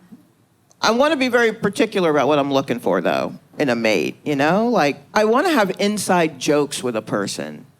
Do you know what I mean? Like, I want us to speak the same language. I want us to be, like, completely insufferable. That's what I want. I don't know if you've ever said anything to a couple and they look at each other and they go, that's what I want. Oh, I want to be a pain in your ass. I once was hanging out with my parents, right? I'm at their house, we're watching some music show, and then you guys remember R&B's Neo? Yes, okay. So he came out and he started singing a song, and my mom turned to my dad and she went, there he goes with that hat. And then they laughed for like 30 minutes. I was like, should I even be here? Oh, yeah. So that's what I want. I want the kind of inside jokes that make my grown daughter uncomfortable. That's what I want, I've been doing some research on love languages, how you tend to display your love, and I think I'm a physical touch person. Like, yeah, I think that's what I want, I wear extremely high-waisted pants, so it feels like there's a hand in the small of my back, just leading me around Whole Foods, helping me pick out olives. Because olives is a couple's food. I think we can agree, right? That olives is any food that you like toss in your mouth and you also throw your foot up, that's a move that you only do with the confidence of somebody else who can call the right people. You don't do that when you live alone. You do not do that when you live alone. Unless, of course, you have the chair. And by the chair, I mean, when you live alone, you have the chair that you throw yourself on so that when you start choking, you can't give yourself the Heimlich, so you gotta throw yourself on the chair. So, if you don't live alone, that's a tip from me to you. Get yourself a chair, You know what? I'll throw in another tip. If you live alone, you should probably lounge around in your house in the kind of outfit you want to be discovered in. Do you know what I mean? When they kick the door open, what's the tale you're going to tell? That's what that is. So that's what I want. I want inside jokes. I want loving touches. I want olives. I want to reluctantly go down on a dude because it's Thursday and we agreed that was our date night, even though that doesn't really work for my schedule because I work from home on Wednesday, so I'm thinking we could do it in the daytime and I can wash it all off. But then why are you available to have sex in the middle of the day? Where's your job, sir? It's too late. I like them, so here I am, kind of tired on a Thursday, just gawking on this guy. Real romance. That's all I'm asking for. Real romance. That's all I want, And, I mean, I'll wait, but I can't wait too long because time is kind of the essence. Like, I am currently making the transition from a pink vibrator to a black vibrator. It feels ominous, doesn't it? It feels a little weird. I mean, it's a literal vibe shift. I don't know. It just feels like when I was a child, I played with childish things. You know what I mean? That's what it feels like. I'm also, I'm not trying to get with anyone my age. Not doing it. I already know what Lipitor does. I'm not talking to any dude who takes it. You know what I mean? I want to talk to someone younger. You know, what are your new pills? What are y'all taking? Don't you want to see how it interacts with hypertension? Let me be here for you, you know? The last time I did anything with a dude my age, it was a long-distance sexting situationship. I think those are the correct terms, and I put them in the right order. You're nodding. I think I did. Yeah, I mean, all that is just two Gen X people sending each other dirty messages on Facebook. That's all that is. Just, you know what I'm gonna do to you, you know? Ooh, I better stretch. That's all. That's all that is. Just dirty, dirty, filthy, dirty, filthy. And then he died.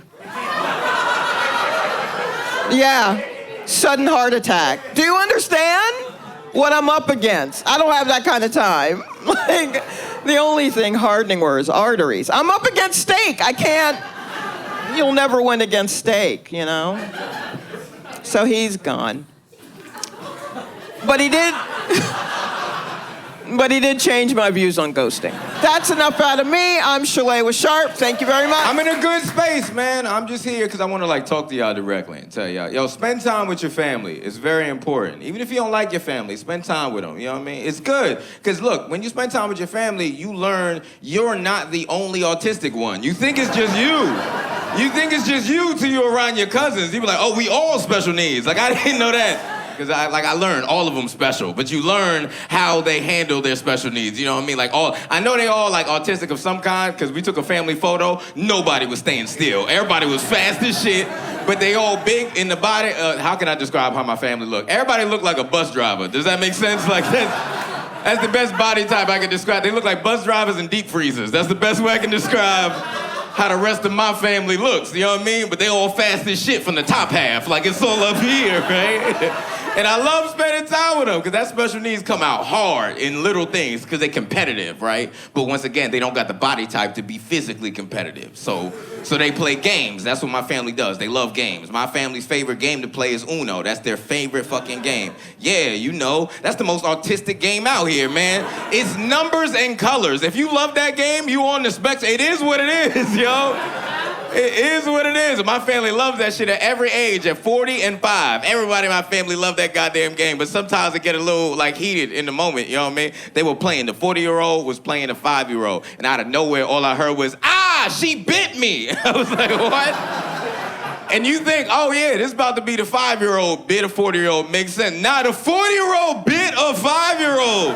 And the rest of my family is used to this, and they was like, that's what she does. I was like, whoa, no, you can't just bite a kid. And then they doubled down. Well, you can if the kid's cheating. That's not, what kind of logic are you using right now? When you feel like you losing, you gotta cheat? Nah, bro, my family loves it, bro. Uno's our thing. And I really do just love spending time with them. I do, genuinely, because I get to, learn who I am through them. Does that make sense? I'll give you some info to my life. I just got married a year ago. That's something that happened. Yeah, right? Which is cool, but I don't know what the fuck I'm doing. I have no idea. I'm winging it, you know what I mean? So I look at my dad, because my dad's on his second wife, so he knows, you know what I mean? He knows. He has the answers. So everything that I think about doing, I filter it through him, you know what I mean? To see if that's the correct and appropriate reaction. I filter it. I propose it as a joke. Him and his lady were going through a conflict, and I was like, oh, Pops, you and your lady fighting? So what you gonna do? Find another girl, maybe get a prostitute to make your day a little bit better? Right? I'm joking. That's just what I would do. And my Pops is a 65-year-old black man. He responded in a way that I never thought of. I was like, Pops, you wanna get another girl? He's like, fuck I need with new pussy at a time like this. Alex, I need a woman that can type. And that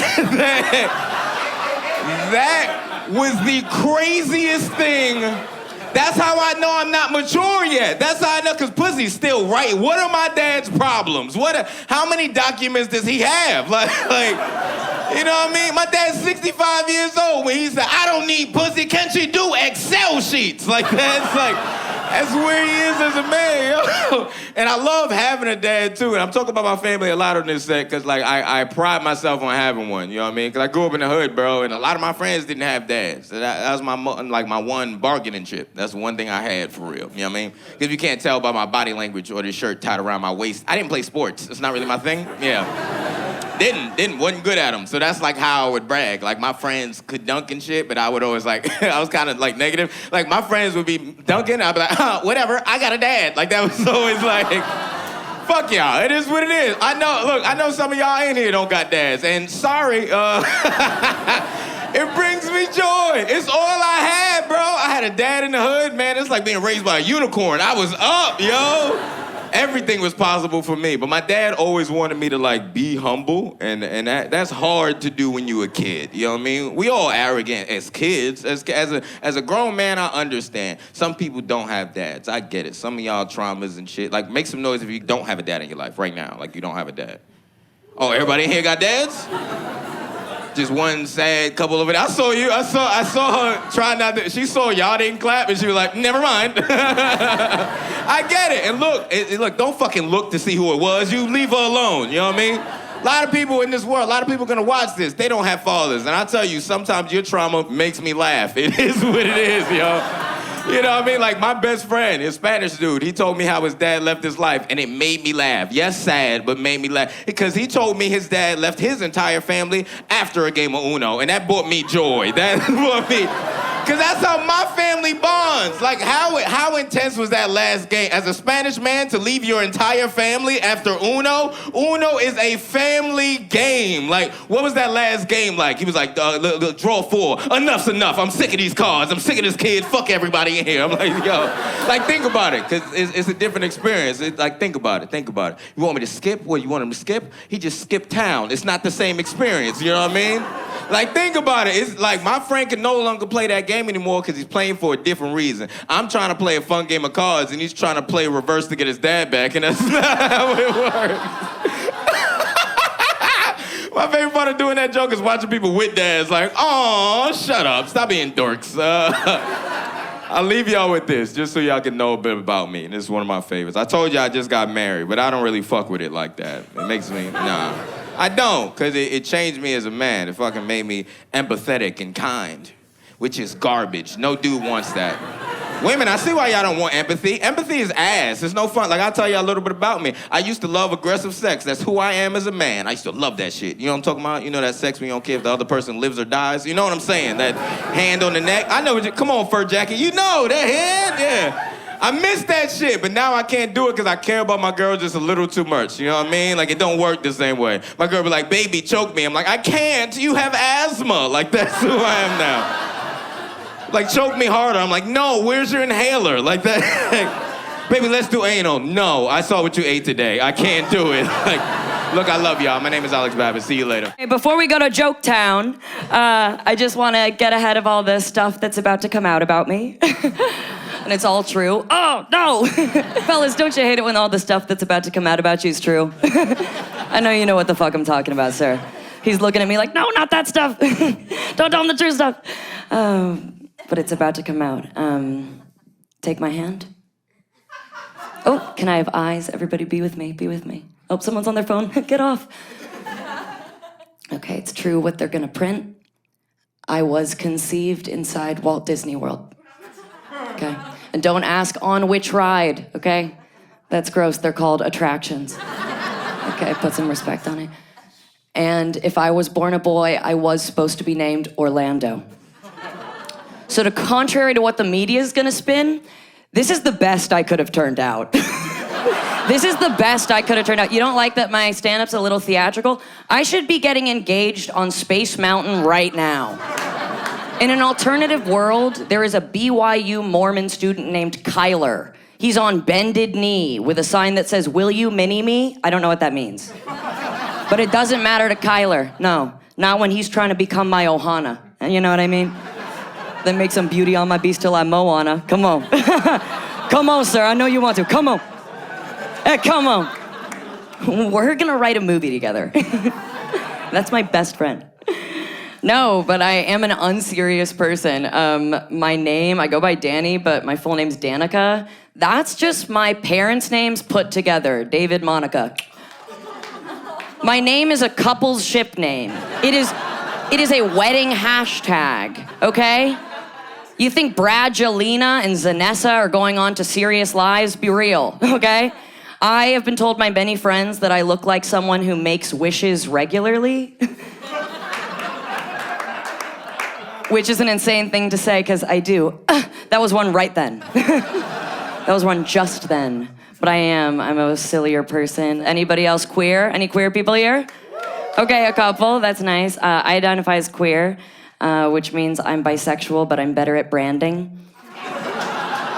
Yeah, a friend recently told me it's actually redundant for me to say I'm bisexual out loud, given it's visually implied. It's visually implied by my looks. I love feedback, so I love to hear it. But I am bisexual. I actually used to identify as asexual. This was before I'd ever been romantic with a man or a woman or myself or my imagination. I'm what we call in my community a child. Do you guys know these? You guys have these. Okay, great. I grew up in a really liberal California town, and from a really young age, there were kids in my class identifying as gay or straight or bi. So, I'm 9, I'm on the playground, and I'm going, all right, who do I want to have sex with? No one. Asexual. That solves that. Back to tag. I was young, and I was just making these blanket statements like, I don't know, I just don't think penile penetration is what arouses me. Girl, you're 9. You're playing Webkins. Table the question. You don't even like the meat in your pasta. You think you're gonna like the meat in penile penetration? No. I was making journal prompts that were just like, I don't know, I try to imagine a cute guy taking out his dick and I wanna run away. Great instincts, kiddo. Those are great instincts. You're 9. And I'm not trying to, rag on kids who know their sexuality from a young age. Kudos to them. Just talking to the kids who are stressed on the playground, trying to figure out if they want polyamory, monogamy, open relationships. Kiddo, you're worried about the wrong kind of swinging. Oh! Oh, and they go, he's trying to give me a clap. What the hell, brother? We gotta go on a trip. Yeah, but I'm bisexual now. I'm also biracial, and I just found this out. If I check off bilingual next, I get a free cookie. So deros cruzados to me. That's what I get. But I am biracial. That surprises a lot of people. But my mom is black. My dad is obviously an indoor climbing gym. Just the whitest thing you could be. Yeah, a lot of people think because I'm so fair-skinned that, my mom is probably mixed. She's not. She's very clearly black. My sister's more Zendaya-looking. I look like Ariana Grande now. After everybody got mad. I've been told I look like Rachel Dolezal on her laziest days. When she's phoning it in, And her friends are like, Rachel, babe, give us something. You know how her friends talk? Rachel Dolezal's friends? You know what I'm talking about. Yeah, biracial. Growing up, I had a lot of black family members who told me that I should identify as black, no caveats. Then I got into the world, and people had feedback about that. Primarily, no. But there's a lot of discussion in the diaspora, like older black people want me to identify as black, younger black people want me to identify as white people want me to identify as black and join their improv team, please! Get on my improv team, please, we need you! And I do, I join. No, I also have a lot of white guys love to ask me if I get to use the N-word. If I get to use the N-word, which is a crazy way of learning that they used to say the N-word and they miss it so fucking much. Oh, they miss it so fucking much. They're like, do you get to say the N-word? They're like sweating. They're like licking their... Do you get to say the N-word? Like they're a recovering alcoholic and I might have whiskey. I don't say the N-word. I'm too much of a former recovering Christian. Any other Christians in the house? Former Christians? Jesus heads, rise up. Jeds. Jeds, come on. I used to be a big Christian until I realized I just like concerts. Just want one a week. Just give me one a week. But I was super Christian for a while, and I actually became a Christian camp counselor. Yeah. I'm well now. You can tell I'm well and I'm adjusted. But being a camp counselor, one of the biggest tasks is making sure all the kids in your cabin get along, can socialize, right? And the girls in my cabin were ages 12 and 13. See that sound? These are the people who know that that's the age girls gain true sentience, right? They look at their hands and they go, oh my God, I can make anybody cry, wow. Wow. You know, the 12-year-olds, maybe they're still having fun stimulating their mind with board games. The older girls just learned how to play games with your mind. And they're gonna use it. But anyway, there was this one girl in the cabin who I really could not get to gel with the others, and I couldn't figure out why. Until one day, my manager pulled me aside. She found this girl's journal, okay? And on a bookmarked page were the names of all the other girls in the cabin and the places around camp she wanted to bury their bodies. Okay, look at me. Things we 17-year-old counselors were trained on how to handle. Here's some context. We have nightmares. What do? We pray about it. Hell yeah. Then, of course, we got homesickness. Any guesses? We pray about it. Great. You get heaven for you. Things we weren't trained on how to handle. How to prevent the mass butchering of other campers. Okay? So me and my manager, you know, we pull this girl aside. We're like, hey, sweet girl. We're terrified of her. Hey, honey. We've got holy water. What's this? What are we looking at? And she goes, oh, it's nothing. I'm just writing a play. What? Babe, that's worse. Now I gotta integrate her into the social dynamic. She's a playwright? That's impossible. Much rather you would have wanted to murder people. They love the game Mafia, okay? And I've seen her in archery. We're safe, okay? Forget board game girls, mind game girls. She's playing Hunger Games, okay? And she's doing prep work.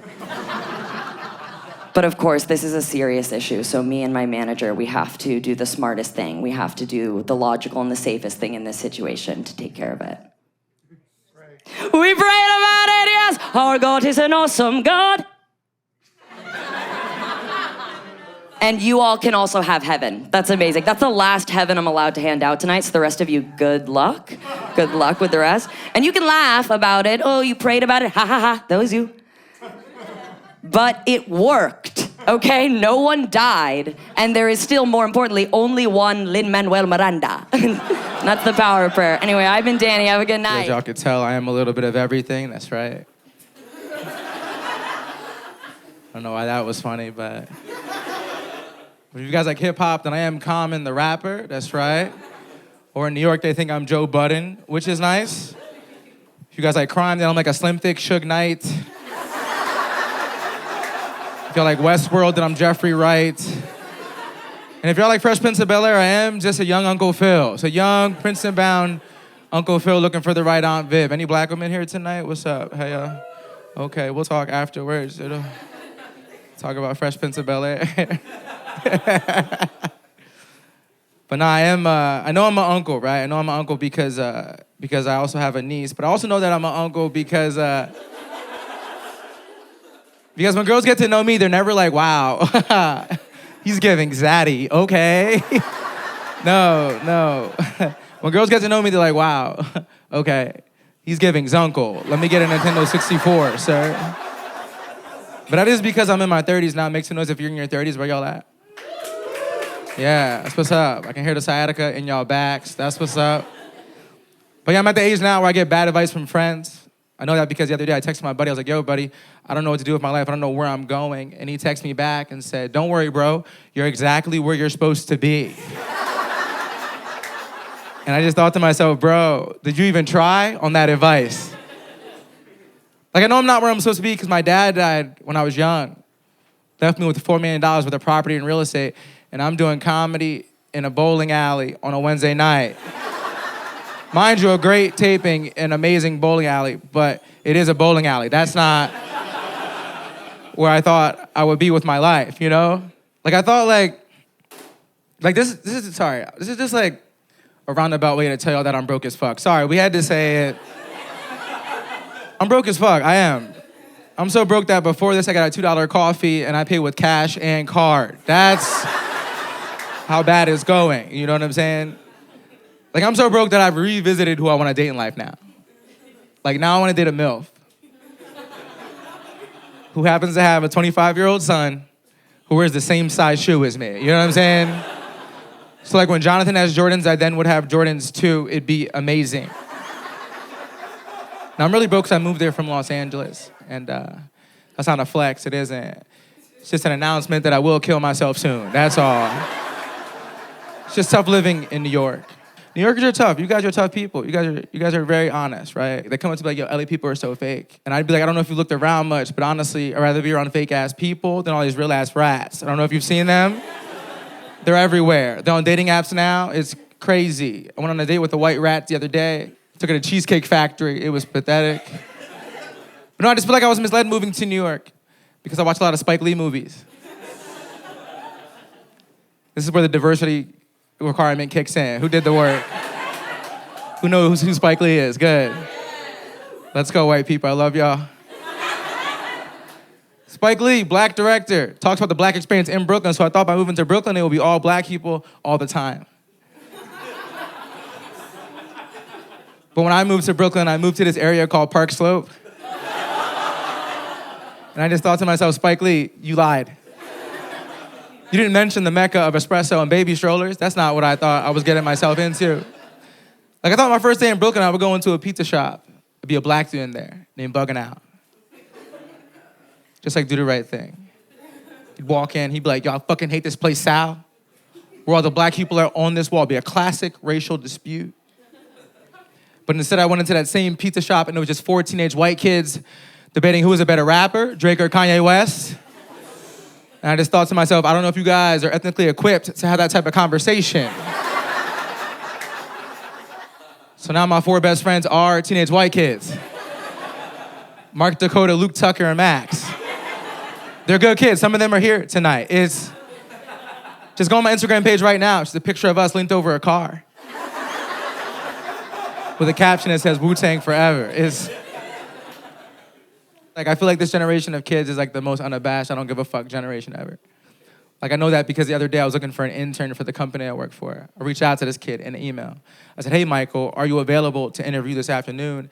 And he responded in an email and said, aha, what's good, my guy? I just thought to myself, did you just say aha in the email? Is that what you did? Like, it just took me back to when I was in college, Obama's term. Y'all remember that? If an employer ever reached out to me then and was like, hey man, are you available to interview this afternoon? I'd be like, hell yeah, anything you need. Let me just reschedule my dad's funeral. I got you. But now there are some couples in the building. I want to shout y'all out. Where's the couples at? Where are they? Y'all sound like y'all are on y'all last month. Y'all need a shot immediately. But I used to be in a relationship. I was dating a white girl, and I know you guys aren't shocked about it, I know. I'm from Philly, but I sound like I was born at Coachella, so it makes sense. But we had to break up for a couple reasons, right? Reason number 1 was because there were too many conversations about Metallica that I didn't want to be a part of anymore. Reason number 2 why we broke up is because she used to always have crystals charged. Way more than an actual cell phone, didn't make sense. Always had good luck, but can never get in touch with her. But no, the real reason why we actually broke up is because we went over our friend Chad's house. Y'all know Chad? Chad, white dude, well-intentioned guy, said what's up to me different than everybody else. Went up to all of his white friends first, Ashley, Becca, and Hannah first. Was like, hey dude, how you doing, dude? What's going on? Good to see you. Went up to Becca, was like, oh my God, love your dress. Queen's Gambit last night? So good. But then as soon as Chad came up to me, for some odd reason he did turn into LL Cool J. He just was like, yo, what's good, my G? How you doing, my dog? You good? I just thought to myself, Chad, why'd you do that? He was like, what you mean, beloved? I was like, beloved, you gotta stop. So that was part of the reason why me and Amy broke up. The other part was because my mom said to me, son, when you did Outside Your Race, it makes me feel like you don't love me. Black women were like, ha ha ha ha ha ha ha ha. Nigga, yes. Nigga's a word derived from slavery. But no, it was tough hearing that from my mom because I'm just like, I don't know how to process this because Mom, you definitely sent me to private Quaker school my whole life. I don't know how I was supposed to meet a Nubian queen there. You know what I'm saying? I literally went to a school called Friends Select. I don't know if you guys ever watched the show Friends. Not a lot of black people on the show. My best friends were literally Rachel, Monica, and Phoebe, you know? There was only one other black girl that was there, and that was Stephanie. She was a lesbian. What was I supposed to do? Be like, yo, Stephanie, haha. Do this one for my mom, please. But no, I did have sex the other day, I did, and thanks, guys. That's right. Someone snorted cocaine off my dick. It was amazing. Showed him how it's done, you know? But no, I had sex and I did beat the pussy up. I did. I'm just kidding. No one does that anymore. I actually used a vagina and I returned it in a better condition than it was when I received it. And that's how I'm trying to end 2024. Hey, I've been cat watching it, guys. You know what I love about New York? It's just a city where nobody gives a fuck. I know that because I was on the train, like, heading to a gig, and this homeless guy gets on. And you know, whenever they get on the train, they always have, like, the same opening line. So he got on, and he was like, hey, y'all, God is good. And without missing a beat, someone behind him was like, yo, God ain't that good if you about to ask for money. I was like, oh no, I didn't know that was an option. It worked because he got off the train. I was like, ooh, I hope he got his money. Won't he do it? That was for black people. Thank you, black people, I appreciate that. So, if you're watching at home, there's 7 black people here, and that joke was for them. My favorite thing that's happened on the train before, this whole set's gonna be about trains. My favorite thing that happened on the train, I was on the train, same thing, on the train, guy on the train, minding his business, unhoused, since we're in Brooklyn, and because y'all care about words, but you won't solve problems. That's for the white people gentrifying our neighborhood. But I know it's hard to say here because you guys are actively doing what I'm talking about, but gotta love Starbucks. So yeah, homeless dude is on the train, minding his business, everything's going great. This nice guy gets on, sees him, and just gives him a bunch of blueberries. I'm like, oh my God, that's so sweet. And then the blueberry dude got off the train, and as soon as they got off the train, the homeless dude stood up like, hey y'all, I'm selling blueberries. I was like, okay. I didn't know that was the next option. When life gives you blueberries. So I'm selling blueberries after the show. You're laughing, I stole them. But my favorite thing that's ever happened on the train, this is the last train joke, by the way. My favorite thing that happened on the train, this was a while ago, this was in February. It was like Valentine's Day. I was going on the train, I was heading to do whatever I was doing. And once again, someone gets on the train, and this time, he has like a bunch of roses, and he starts handing them out, and for whatever reason, it's like a bunch of white women on the train. I don't know where we're going with Panera, but... So he gets on, and he starts handing out roses to all these white women. I'm like, oh my God, this is so sweet. And then he hands out the last rose, and then he waits like maybe 10 seconds, and he's like, hey y'all, I need some money. And no one gave him any money, and then he went back around and snatched every rose. Oh, it gets better. He got to the last rose, he was about to snatch it, the girl threw it on the ground, he picked it up and gave it to her, she took it, and then he snatched it. What? My head was like, why did you take it back? Like, you knew what he was gonna do to you, bitch. I I got off the train. I couldn't. I got off the train. I'm like, I guess I'm just in Union Square now. I can't. It was so much fun. You know what's really interesting? Okay, so this recently happened. I got into this happened recently, really did happen on July, like 4th of July. I got into a Facebook argument with someone racist, obviously, because Facebook. It was my fault. I shouldn't have been logged in, but I posted on 4th of July. I'm like, if you're proud to be an American right now and you're actively celebrating it, that's a red flag. That's weird. And because obviously everything is going on in the climate, Trump, racism, etc. So I posted that, and it went kind of viral on Facebook. And everyone was like in agreement, but the only people mad were straight white men, and they were very upset. So then I made a separate post making fun of them, and this straight dude commented, and he was like, "How dare you call me racist?"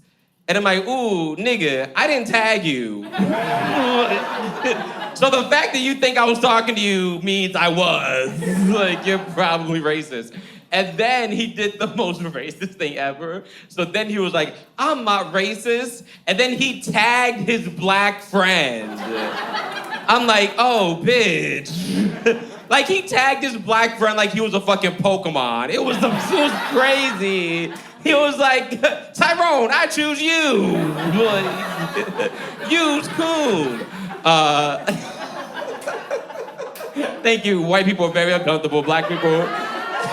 I'm glad the 7 black people here are like, comedy. Everyone was like, "Can he say coon?" I can. I'm gay, I'm black, I can say anything.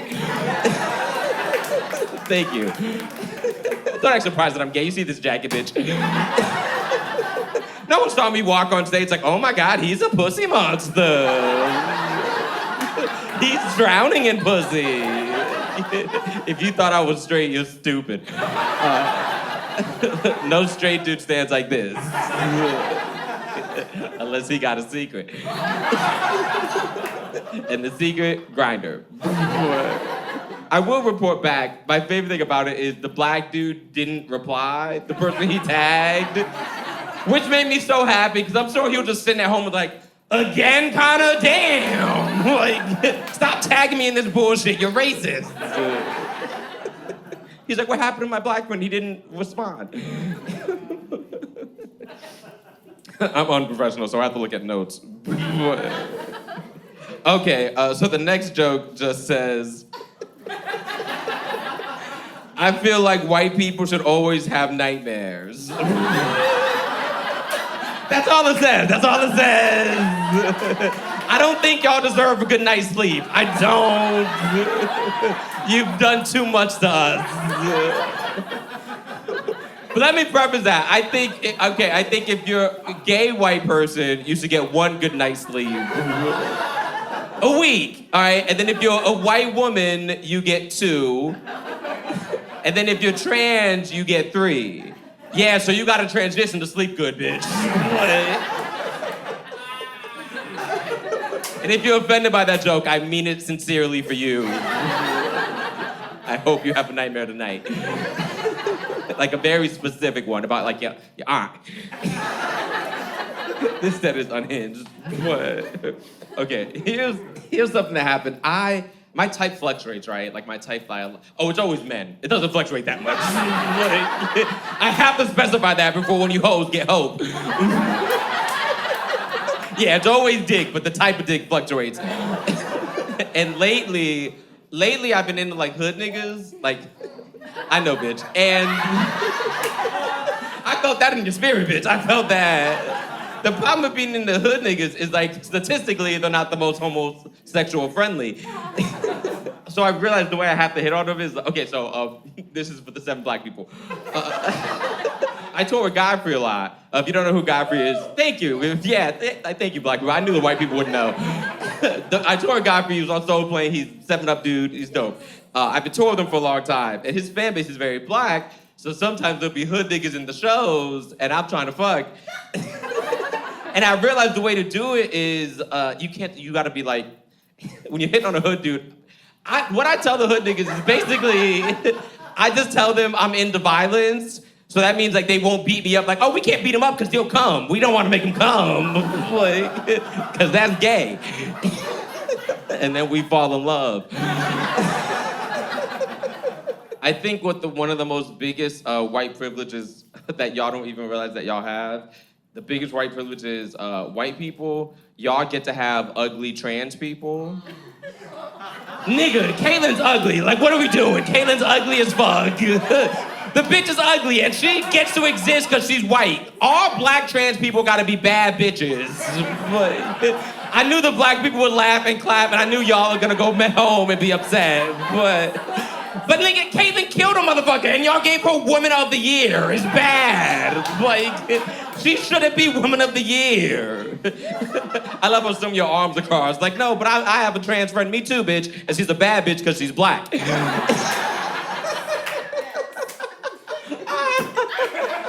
I cannot wait to read the comments on YouTube. He's transphobic even though he was pro-black trans. Wait a second, I don't know what he did. We don't know how to be outraged because he made fun of Caitlyn, but he didn't misgender her. So clearly he believes, oh no. And then their head blows up. Because sometimes white gays are like, oh no, I'm not racist, I'm gay. I'm like, oh no, you can be both. And some of y'all do that a lot. Okay, and this has been a crazy set. I'm gonna leave with a fucked up joke. Since I'm doing fucked up shit, I'm gonna leave with this. I think about death a lot. I know that's a weird way to end this. And I always like to ask people in the audience, like, how if they ever think about it. And you seem very sweet. So if you could pick, like, how do you want to die? I know that's like, I'm not threatening this. I don't want everybody, he threatened this white lady. Like, no, I'm just like, if you could pick, like, because I'm gonna tell you how I want to die, but if you could pick, how do you want to go out? Can you go first? No. Well, no, because mine has a punchline at the end. So if I go first, it ruins the whole thing. If you could pick, just. Oh, I haven't thought about it like you. Oh, okay, but I have my life together. All right, let me pick the point to a bitch who looks more suicidal. All right. You made me do this. Okay, you look too happy. What you probably think about death? What's... If you could pick, how do you want to die? Peacefully? Okay, y'all are corny. Y'all are all corny. All right, I'll tell you how I want to die. All right, I want to die, this is fucked up. I want to die when I'm like really old, right? Yeah, like 45, 46. I told you it was fucked up. I'm almost there, fingers crossed. But I don't want to die anywhere. No, I want to die like a public place, right? Yeah, like a little kid's birthday party. It gets better, he's white. And he's turning 7, it has to be 7. It's gonna be outside like a park, right? I'm gonna be sitting there reading a book. They're gonna bring Timmy his candles. He's gonna blow out the candles to make a wish. And as soon as he blows out the candles, I want a sniper to blow off my head. Like, that way everyone's gonna think he wished for me to die. Like, it's gonna ruin his life. So what I'm trying to tell you guys is I also do kids' parties. You're laughing, I only have to do one. Most of y'all have been good. Thank you so much. I'm going through a divorce. Let's start there. Okay. I'm going through a divorce. I'm fine with it. I'm at the point where I'm healing, aka fucking a lot of people. That's what Pinterest told me I should do. So here we are. The fun thing about it is I only get approached by very young guys. How young? 24. 24 seems to be my average at the moment. For reference, I am 42. I don't know what's going on, but 24 is the average. 24-year-old asked me out, told my best friend, and she was like, are you gonna go? And I was like, yeah, why not? And she was like, are you gonna fuck him? And I was like, what else am I gonna do with him?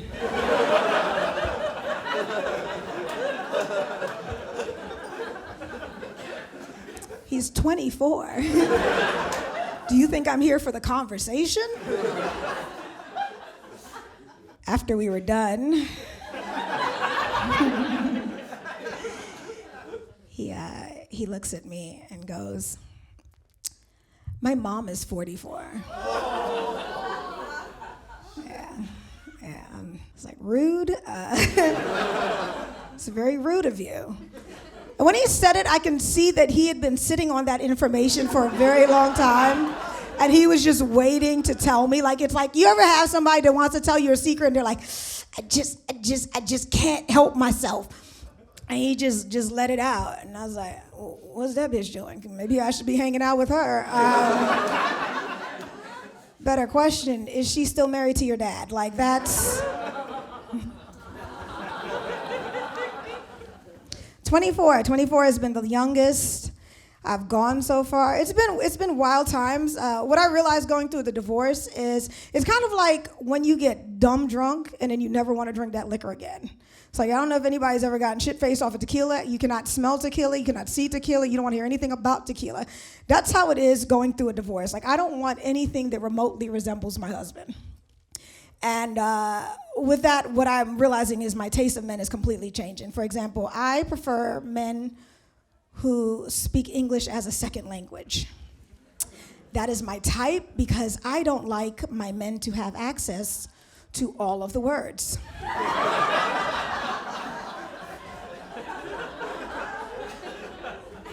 I want it to be limited. When you have access to all of the words, then you start using all of the words. I need there to be an internal break that goes, how do I say, never mind, it's not that important, and just shut the fuck up. Like, that's my type. I'm dealing, that's the word I'm gonna call it, dealing with this Italian guy, very Italian. He's been here 13 years, speaks no English, okay? Like, he's actively decided English, no. Like, it's just, we have to pull out Google Translate when we're together. And he sends me the cutest text messages all the time. He sent me a text message that went, I work, I finish, we sex. I wrote back, I eat, you pay. We both can be frugal with the words. It's being fun, being single. I realize that now, like, I wish I had gotten married earlier so that I could get divorced earlier so I can have this much fun. Like, that's how much fun it is. I did not realize that I was a hoe. That has been the biggest realization. Me and one of my girls were walking down the street one day. And this was the moment I realized, like, ooh, you belong to the streets. We're walking down the street, and we're in DC. We're just walking down the street, and this guy is walking towards us. And I'm looking at him, he's looking at me, I'm looking at him, and I realized, oh shit, I fucked this dude. And I can't remember his name. Yeah. And I'm like racking my brain, like, what is his name? What is his name? Because he's getting closer to me. He's getting closer and closer. And I'm like, what is his name? And I'm just kind of like trying to picture him in different positions. I'm like, what is his name? What is his name? And he gets me, and then I look at him, he looks at me, and we pass each other. And I'm like, oh. And my girl, she grabs me, and she goes, oh my God. Do you know who that was? That was Dr. Ian from VH1 Celebrity Fit Club. And I said, oh my God. I thought I fucked him.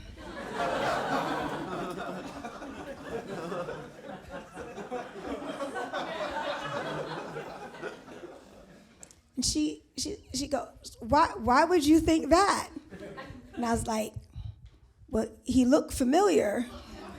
And she's like, and that was the first thought. And I was like, yep. It's not my fault. My friends are also hoes. I just didn't realize it. I should have.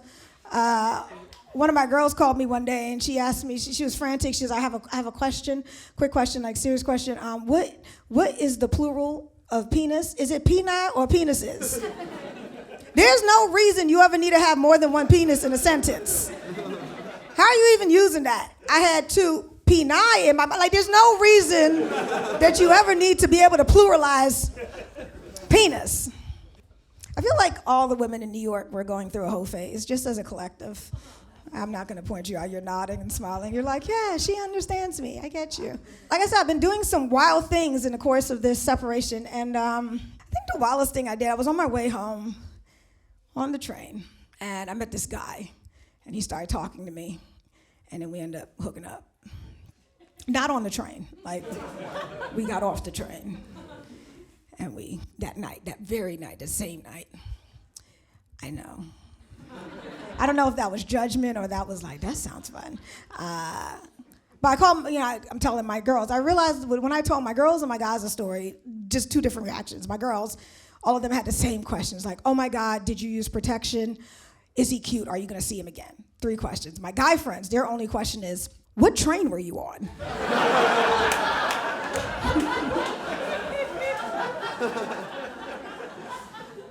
As if they could also get on that same train and just replicate this. Like if you get on the front car of the Q train heading towards Brooklyn, the bitches on that train, they fucking.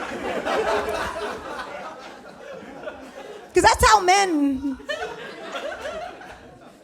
think. Men believe that's what's gonna happen.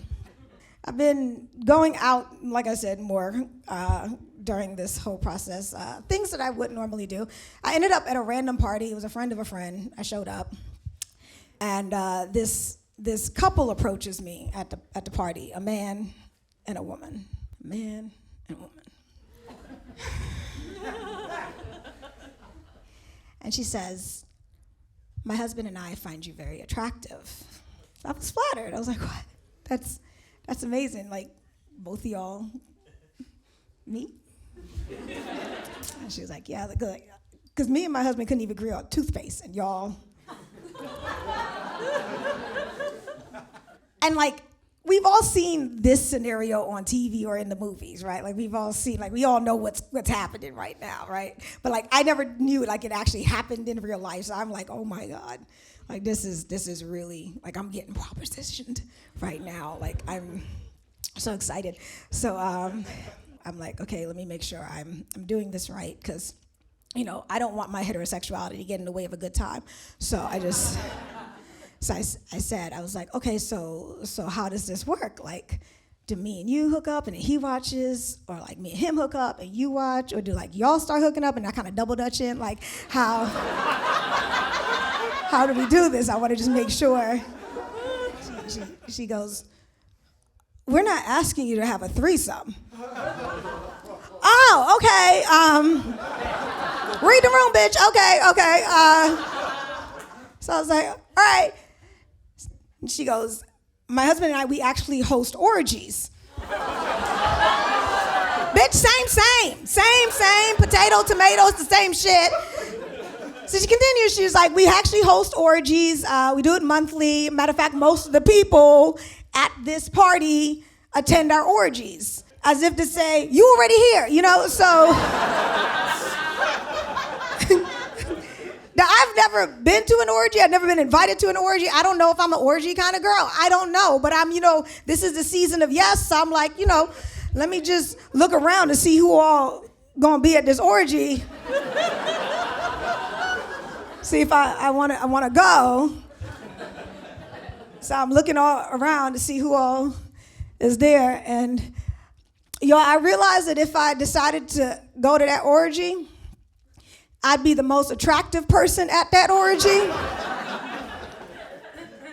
The one place you don't want to be the most attractive person at is at an orgy. Because that no longer is an orgy, y'all. That is a gangbang. I am not trying to headline your orgy, okay? My girlfriends have been the real support system during this time. That's how women are. Like when I hit up the group chat, I was like, yo, look, y'all, I'm going through a divorce, so that means we're all going through a divorce. Right? That's how women roll. So they've been trying to get me out of the house, try to get my mind freed up. And April hits the group chat and says, hey, y'all, for Galentine's Day, we should go to dick riding classes. Some of y'all didn't hear me. My girl April hit the group chat and suggested all 6 of us for Galentine's Day should take dick riding classes together.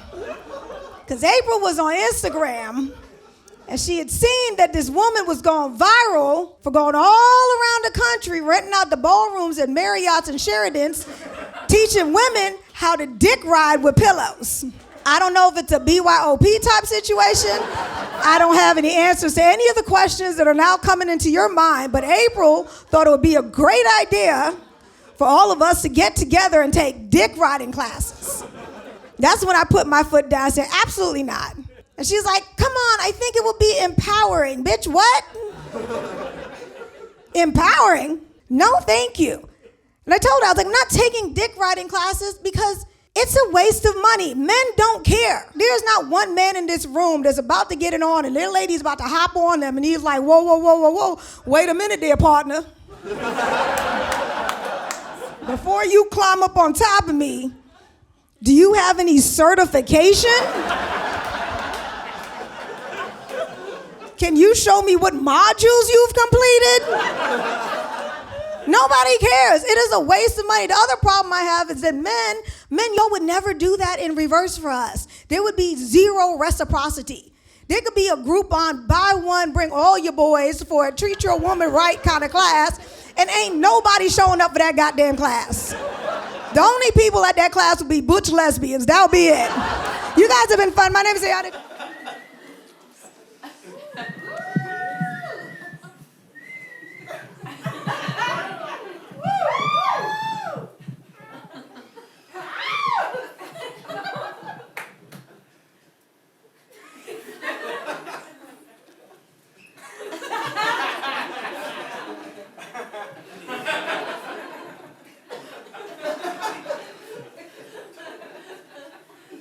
Well, well.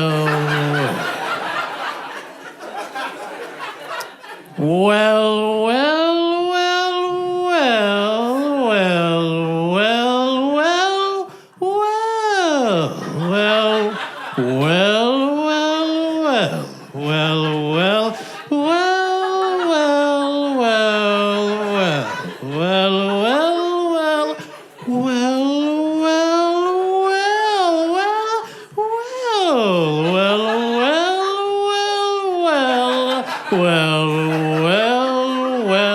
well,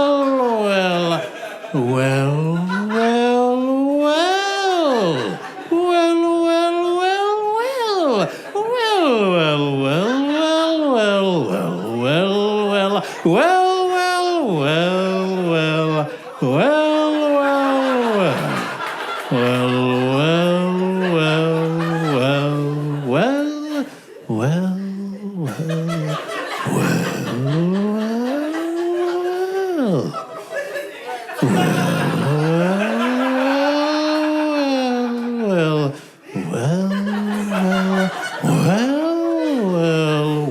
well, well, If it isn't the audience.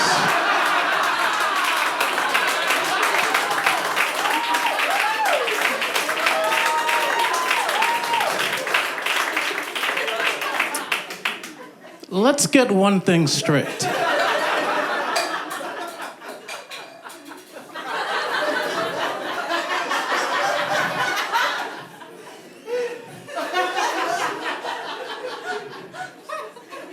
I'm not here to make friends. I'm here to make best friends. How's everybody out there doing tonight?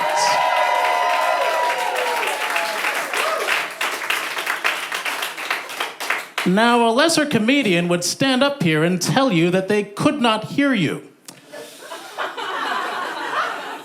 I'm not going to do that. I happen to think that we in show business, like those in any other legitimate business, can afford to be a little more transparent with the public at large. To that end, I openly admit that a moment ago, I could hear you. However, it would now bring me even greater delight if you could make an even louder sound in response to the question, how's everybody out there doing tonight?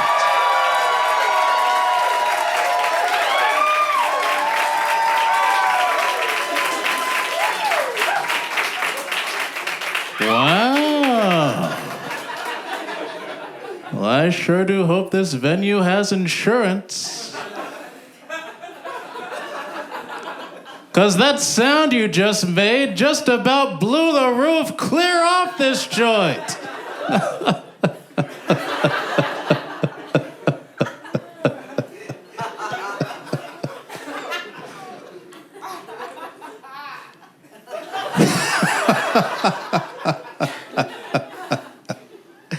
A little about me, as was mentioned a moment ago, my name is Ike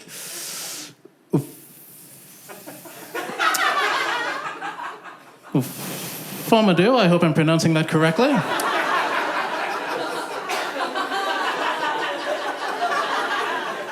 I'm sure some of you heard my name and thought, hey, that's a baby name. And you're right, it was. But that baby grew up into the adult who stands before you now. That's right, you're looking at someone who's at least 18 years of age and loving it.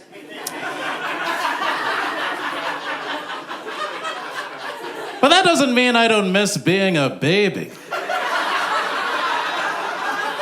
I know they called them the terrible twos, but for me, those were some of the best times of my life. Terrible twos, more like terrific twos. Terribly terrific twos. I forgot to mention at the top that I will be injecting my jokes with a little bit of humor tonight, as a way to keep them both enjoyable and fun. Speaking of ages, is anybody out there still in their 20s? All right, well, take it from me. Don't waste your 20s being the ages 20 to 29. If I could do my 20s all over again, I'd spend them being 52. Older, wiser, and more financially secure. As regards astrology, my birth sign is Gemini, my birth president was Ronald Reagan, my birth secretary of state was George Shultz, and my birth political scandal was the Iran-Contra affair. Which might not be apparent now, but once you get to know me, it becomes crystal clear.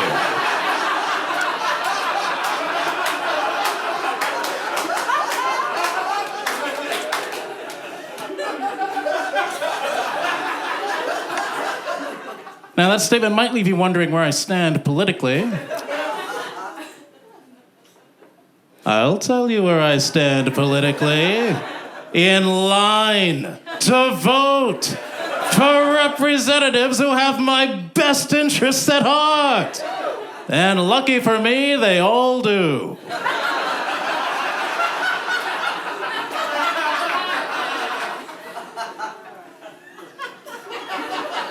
It's good to be here, audience. It's good to be here. And I don't mean emotionally. This is a place of work, after all. I'm working right now. Far be it from me to use up valuable work time discussing something so personal and private as my current emotional state. No, what I mean when I say that it is good to be here is that it is morally good to be here. It is morally right and morally just. We're all of us acting well within the bounds of the Geneva Conventions. And we're showing the world just how much fun that can be. No, but in all seriousness, though, folks, it is good to be here tonight. The show is actually something of a homecoming for me. That's right, I was born and raised right here in the Northern Hemisphere. Northern Hemispherians, let me hear it. Are you in the house tonight? I appreciate the enthusiasm, but that was a yes or no question. So I'm afraid I'm going to have to ask you one more time. Northern Hemispherians, are you in the house tonight? Yes! Okay, that was a much clearer response, but I didn't want you to lose that enthusiasm you had the first time, so let me ask you one more time. Northern Hemispherians, get ready for it. Are you in the house tonight? Yes! Much better. Now I know that, yes, you are in the house tonight. I'd ask, are you ready to make some noise? But clearly you are. You know the difference, and I've been thinking about this, you know the difference between the Northern Hemisphere and the Southern Hemisphere? In the Northern Hemisphere, if you ask someone when summer is, they say June, July, and August. But it ain't that way in the Southern Hemisphere. No, in the Southern Hemisphere, if you ask someone when summer is, they say December, January, and February. And that's the difference between those two places.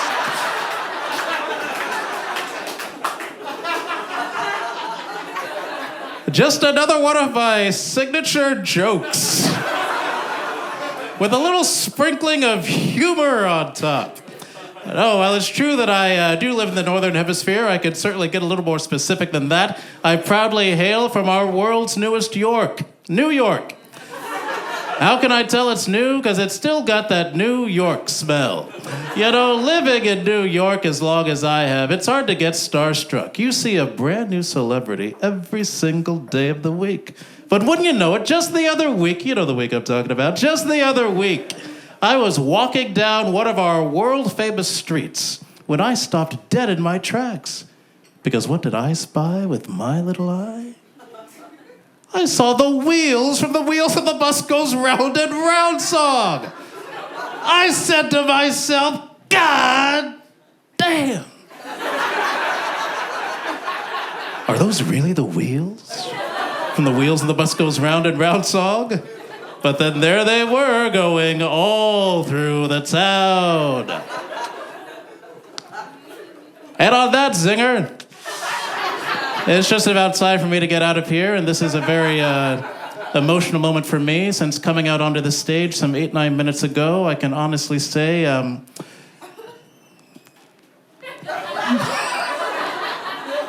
oh, you all have become like an audience to me. And I will never forget it. Good night, everybody. Thank you. I'm finally coming down from the Drake-Kendrick beef. This was insane. I've never seen a beef like this in my life. I love hip-hop. I've never seen anything so personal. Bro, Kendrick went after Drake's parents, friends, kid, secret kid. I thought he was gonna drop another track like, fuck your dog too, nigga. Fuck your houseplants. Fuck that bird that hangs out on your windowsill. Jesus Christ. Remember the 90s when rappers were nice and just shot each other? I can take a bullet. A bullet doesn't go, you're a bad father. I can live with a wound. Here's where Drake fucked up, is he forgot he's Canadian. And Kendrick is American. And Americans, we overreact to things. The start of this entire country was an overreaction. The British were like, we're raising the price of tea a little bit. And then we were like, I'm gonna kill every person in the UK. It's like, damn, nigga, fuck. It's Earl Grey, is it worth it? That's why rap's my favorite genre of music. It's the only genre that has diss tracks, just hot gossip on the record. Mwah. I wish other genres embrace that. No other genre does it. You never listen to jazz like, fuck you and your mama, dun, dun, gonna pull out the chopper. Like, that doesn't happen at all. I want other genres to embrace it. It would make a more interesting world. Just imagine Beyonce calls Taylor Swift a bitch-ass nigga. The war that would ensue would put Israel and Palestine to shame. You think January 6th is bad? Wait till Swifties murder Joe Biden.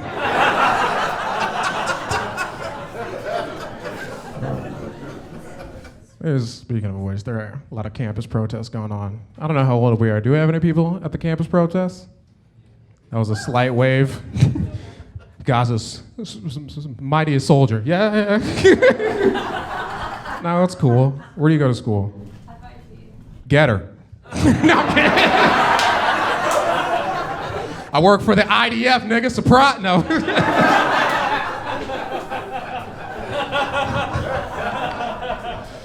I support the protest. I like it. You know, I wish those were going on when I was in college, just because, like, I didn't get invited to a lot of parties, and it's just such a great excuse. You know, I was like, were you at Jake's last night? It's like, you know, I got invited, but, you know, Palestine, you know, got to be there for my boys. It's just, my only problem with these campus protests is that so many of them are happening at places like NYU, Brown, Columbia, you know, smart people colleges, which is cool, but, like, what about dumb people that care, you know? We're a big part of every movement. I just want one campus protest that happens at the online University of Phoenix, like, just to represent the majority of the population. Someone comes out like, our demands are defund Israel, and if someone could give me my password login, I haven't been to school in 3 semesters. As a man who attends an online university, I too know what it's like to be trapped with no better options. Yeah, there's a lot of tension around Israel and Palestine. I feel like it's because Israel and Palestine, it's a conflict that involves a lot of history, right? And as Americans, we hate history. It's so bad. Dude, the way they teach history in America, this is how American history gets taught. They're like, all right, the Pilgrims came over, they met the Native Americans, they had a nice little meal. Then the Native Americans went on vacation or something. Whatever, nigga, they'll be back. Don't worry about it. Blah, blah, blah, Civil War, Lincoln freed the slaves. I don't even know how them niggas got here. But they free now, you're welcome. Blah, blah, blah, 9/11, now we're here. Depending on where you are, they don't even like when you ask questions in history class. Where I went to school in Florida, they acted like the mob when you asked questions. Remember, I was in there just slowly raising my hand, like, what happened in Vietnam? Why? You trying to snitch, motherfucker? What you gonna do? Tell the Chinese you weren't a wire? I'm getting older now. I'm 31. That's about the energy level for us. Woo! It's not bad, 31. It's not great, but it's not bad, you know. I feel like, you know, when it comes to aging, the only thing I really care about is looking worse. That's all that matters. My insides could be fucking jello. I don't give a shit, as long as this is okay. But I get nervous about aging. This might work for you. This is what I do when I get nervous about looking older is take a deep breath, I go online, and I Google white people my age. And I'm just like, oh, honey, we're fine. What? Baby, life has just begun. What were we so worried about? It's not that different getting older. I feel like only a few things have changed now that I'm in my 30s. One is that the women in my life are getting pregnant on purpose. And that's a change. And I know it's on purpose too, because every woman I know has an IUD, and brother, IUDs are strong. Like, Jesus could not be born today. Not at all. God would try that immaculate conception shit. IUD's like, not my uterus, nigga, LeBron! It's even shaped like Jesus' natural predator, just like, stay away.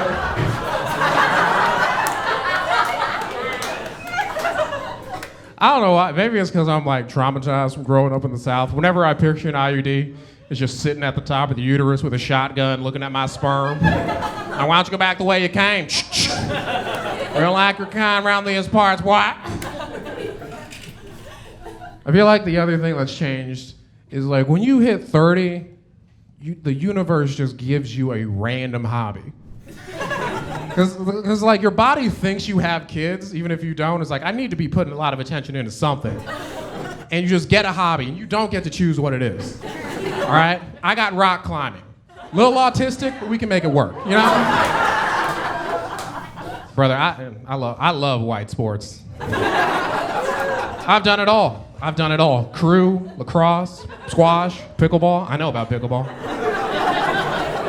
And it's not even because I enjoy it. I do, but the real pleasure is just the fear in white people's eyes when you show up as a black guy to a sport they thought you didn't know about? Oh, it's so good. Bro, I feel bad for white athletes. They're running out of spaces. Like, for real, we're taking it all. Bro, I remember I was watching basketball. I watch international basketball sometime. I was looking at the Norwegian basketball team. It was 5 black dudes. There are 5 black people in Norway. And we all start. That's insane. I think that's why gentrification exists as revenge, you know? Every time there's a new black snowboarder, they're like, all right, we're taking another block in Harlem. I think that's why the Guinness Book of World Records exists. That book has the most esoteric list of physical accomplishments. It's like affirmative action for white athletes. I saw this. It was the longest boat ride down a moving body of water whilst in a gourd. I'm like, yeah, that's what you have to do when you can't make it on the Knicks. Like, what have black people not heard about gourds? I don't know. Fuck. Yeah, you don't get to choose what your hobby is. My friend didn't get as lucky as me. He got bird watching. Oh, he tried to hide it too. But he couldn't keep it inside. We were walking together, and then he points up at this tree, and he's like, "Oh, look, it's a yellow-bellied warbler." I'm like, "Excuse me, why do you know that bird's government name?" It's pigeon, not pigeon. I don't know, why I'm shitting on him. You know, he's not hurting anybody. He's just perving out on some birds, you know? It's weird, too, because I think of myself as an accepting guy. Like, I've had so many friends come to me and open up about everything. They're like, oh, I'm a furry, I'm polyamorous, I'm gay, I'm trans. And I'm just like, it's okay, you do you. And all my friends said to me is, I like birds. And I was like, nigga, gay? Should have been trans, bro. Would have been a lot nicer to you. Yeah, I do work at the Daily Show, which means I have to watch the news for work. And I watch the news live, like a pervert. And it feels wrong. And I don't know. Do we have any foreigners in the room? Yeah? Work on your cardio. Because I was watching the news, and they were talking about mass shootings. You never know. And here's the thing. This is the fun part. Here's the thing. I'm from, again, like I said, the deep south, gun country. And these people never blame guns for anything. And it was the same thing on the news. They were like, the reason we have so many mass shootings in this country, it's not because of guns, it's because of rap music. Hip hop is inspiring the youth to go out there and commit atrocities. And I'm sitting on my couch like, brother, have you heard modern rap? These are the softest niggas on earth. Bro, the biggest rapper on earth is Drake. I don't know about you. I am not scared of a mass shooter inspired by Drake, okay? And I'm not coming at you like some alpha, all right? I grew up on a cul-de-sac, but if a Drake-inspired shooter came in this room right now, I could shut that shit down with a hard stop it.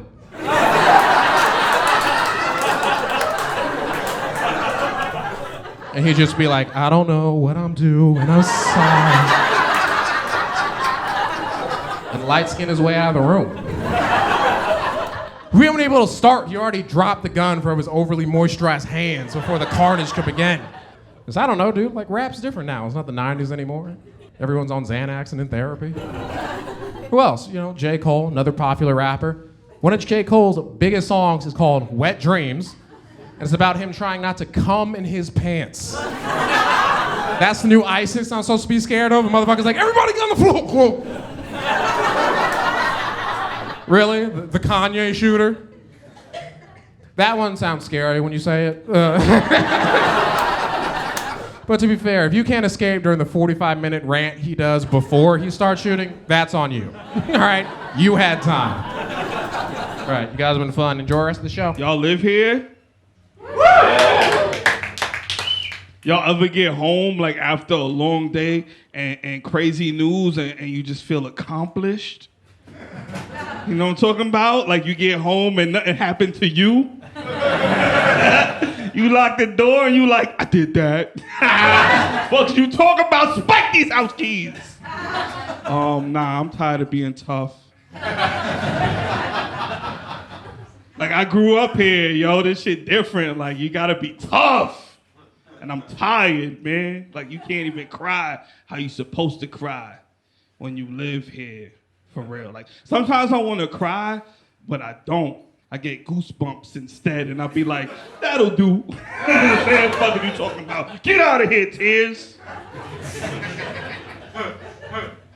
It's hard to just be chill here, man, because everywhere you look, you gotta stay tapped in. I watch the news. Sometimes I read the news. My favorite newspaper, the New York Post. Love the New York Post, yo. I don't always agree with what the New York Post writes, but the way they write it, oh, man. For real. Like, I feel like they write to my educational level, you feel me? It's like a lot of GED journalism going on at the New York Post. No other newspaper describes it like the New York Post, yo. Like, somebody would get shot. This is how the New York Post write about it, yo. They'll be like, today at 3 a.m., Morningside Heights, a man was blasted in his chest. And I'm like, yeah, he was. Come on now. Shouldn't have been over there at Morningside Heights. Of course you're gonna get blasted in your chest.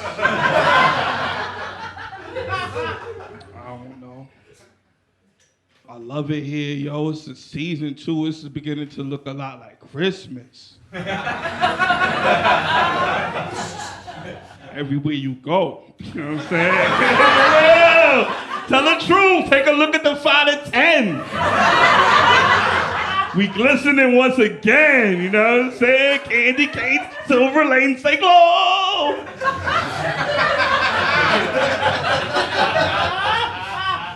I feel like candy canes should be around more often. I don't like the way they only come around this time of year. You feel me? Little candy cane only come around during Christmas. But they should be in rotation all year long. Yo, I love a little candy cane. Don't you remember the candy cane? Little candy cane? Yeah, you unwrap that thing.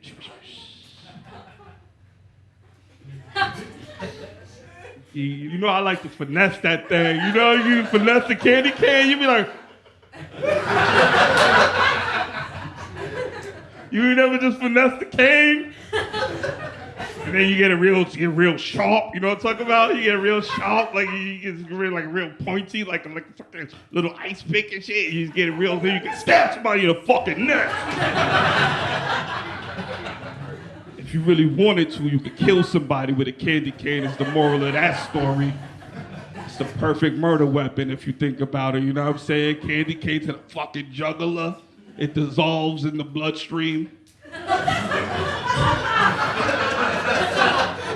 know what I'm saying? CSI pull up, they don't know nothing, yo, what?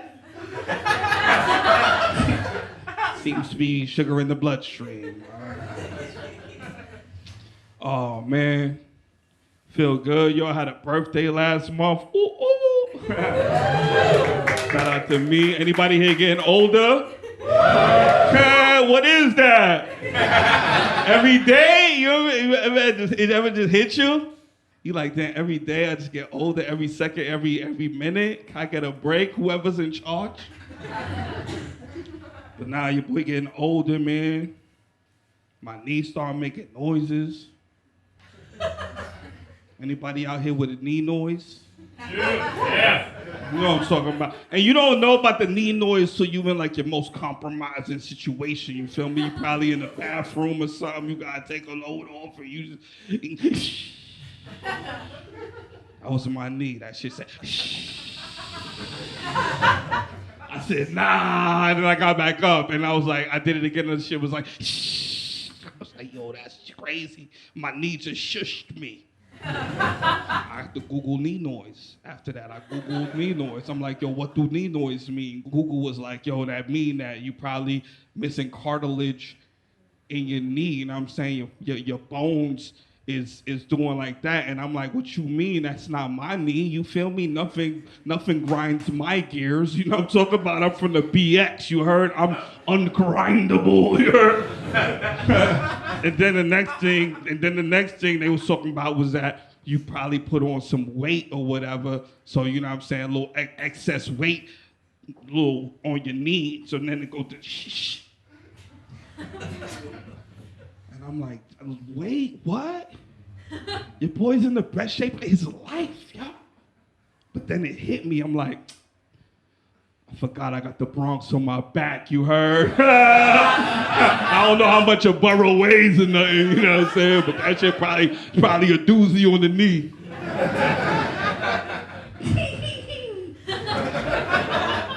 Yo, growing up, I used to think I was a crack baby. Because my father, he used to smoke crack. And but it wasn't until I got older, I was hanging out with some other crack baby friends of mine. They explained to me, they was like, bro, in order for you to be a crack baby, your mother gotta smoke crack. And then I said, oh, it's like Judaism. You know what I'm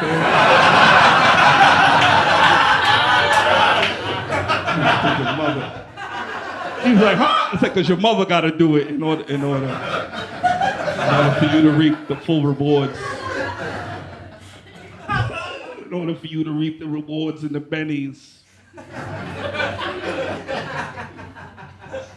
Smoke a little za. Anybody else in here smoke a zaza? Look, I smoke za and I look at documentaries or whatever because I try to get smarter. And then I realized recently, yo, these scientists and all that, some of them is valid, but some of them is not valid. Like I was watching one joint and they were talking about dolphins or whatever, and they was like, yo, we tag these dolphins like they tag they little dorsal. They was like, ha! And then they hit it with a little tag on it, and they was like, so we follow, you know, their natural movements or things like that.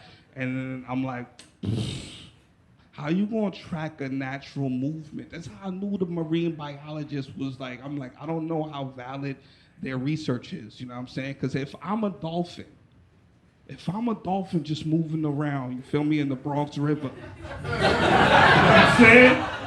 And you hit me with the tag, I'm not moving the same no more after that. Like once you put the tag on me, you're not getting my natural movements after that, yo. Come on, you put the tag on me, I can't go back to my people after that. Yo, I'm not even going to the same places, yo. They gonna think I'm a snitch, yo. You got the fuck is this shit on your dorsal, my guy? Who are you working for? Dorsal Patrol. Oh man, hold on. I got a bar that I don't remember. For real, I've been waiting my whole life for tonight. This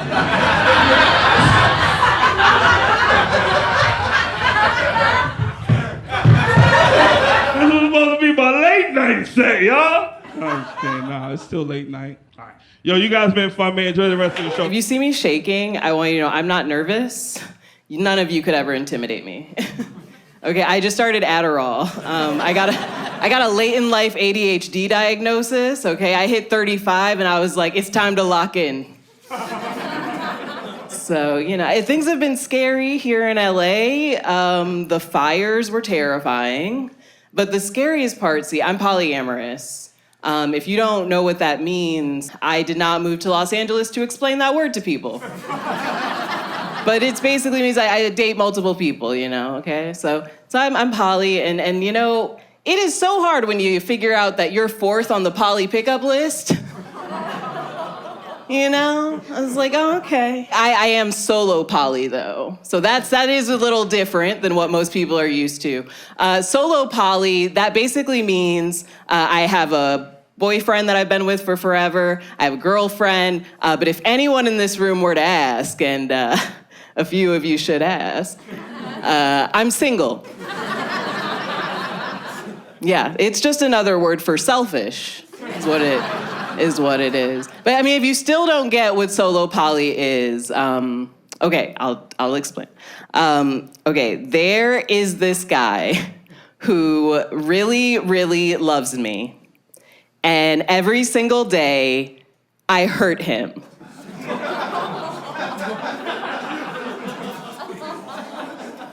Don't feel bad for him. He has a wife. Don't feel bad for her. She has a wife. I'm fourth on the poly pickup list, damn. No, I think the most annoying thing recently is the number of white people who have been hitting me up now that Trump is in office. They gotta do their check-in, make sure that the one black person they've met in 5 years is doing good. You know, this girl that I went to college with, she hits me up. She's like, I just wanna say, I am so sorry about the election. I guess racism is back in this country. I didn't even know it left. I didn't know we beat that one back. I didn't even get to enjoy it. You know, I actually knew that it didn't go anywhere, racism. I knew that it was still here in America because I am a black woman who, that might have surprised some of you, yeah. Yeah, fully black, both parents. I know I'm like the color Michael Jackson was aiming for. But both parents, okay? When I have a bad hair day, it's not because I have a white mom. It is because I have depression. So I got sick recently and I had to go to the hospital and it's 4 a.m. I thought I was having a heart attack. I go to the ER in my pajamas. Okay, I get in there and I'm telling them something hurts in my chest, something feels wrong. And this doctor says to me, I think you're just here to get pain meds. Yeah, me, in my Cookie Monster pajama bottoms. Okay, in my Nathan Fielder shirt. I'm looking like Steve Urkel's dyke cousin. And you think I'm here for pills? No, okay. So I go to another hospital. I'm like, I'll try another place. And I go to this one and I'm like, something hurts. And he's like, I don't see anything wrong. I think you're good. I'm like, dude, please, something's wrong. I'm begging you. And at this point, I'm hyped up, right? I'm like, medical racism. You gotta check it out. And he goes, of course I'm not racist. I live in Chicago. I couldn't fight with that, honestly. Okay, but finally a nurse is like, how about I just give her an ultrasound just to shut her up, right? Like she has good, just let's do it, whatever. We can charge her insurance, it'll be fun, let's just do it. And the doctor's like, yeah, get her away from me, she's annoying. And so they walk me to this ultrasound room. The lady has me lay down. And the second she puts the little thing to my body, she jumps. She goes, ooh. That is not a reaction you ever want from a medical professional. She's like, oh no. I'm like, what is it? And she goes, you have the most infected gallbladder I have ever seen. You need surgery immediately to remove it. Yeah. And that might have been really scary. But I was so happy I got to gloat. Oh my God, I was so happy. I'm like, oh, yeah, they're wheeling me back to the room. Yeah, I'm in a wheelchair now, bitches. Okay, I'm in a wheelchair. I'm like, why don't you take me by the nurse's station? I want to make sure they heard that. Okay, we get back to the room and I'm like, did you hear? Yeah, surgery. Immediately. Yeah. And they did it. They took the whole thing out. Afterwards, the surgeon actually said he took a picture for his record book. Which I also was like, make sure, did you tell the doctor that? Yeah, I'm in the record book, and you wanted to send me home. So, but I'm good now. They helped me out. They got me on the right meds. It just made me think, I wish we had a vaccine that could get rid of racism. Just get rid of it in people. And then I remembered, this is America. People wouldn't take it. Oh no, is it gonna make me autistic? Because I'd rather be racist. Or we could just have a shot that people take. Maybe every week they have to take a shot, it gets rid of their racism. But I think people would get mad about that too. They'd be like, what do you mean you just take a shot to get rid of your racism? Do you know how hard I had to work at it? You know how many times I watched Roots? I donated to Shaun King 8 times and you just take a shot? So.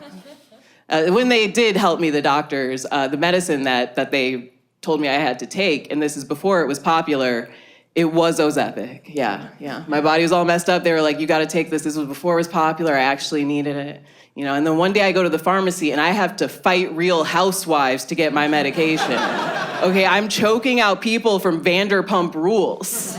Okay? Maybe we should just get rid of racism. I don't know. I think I just solved it for everybody.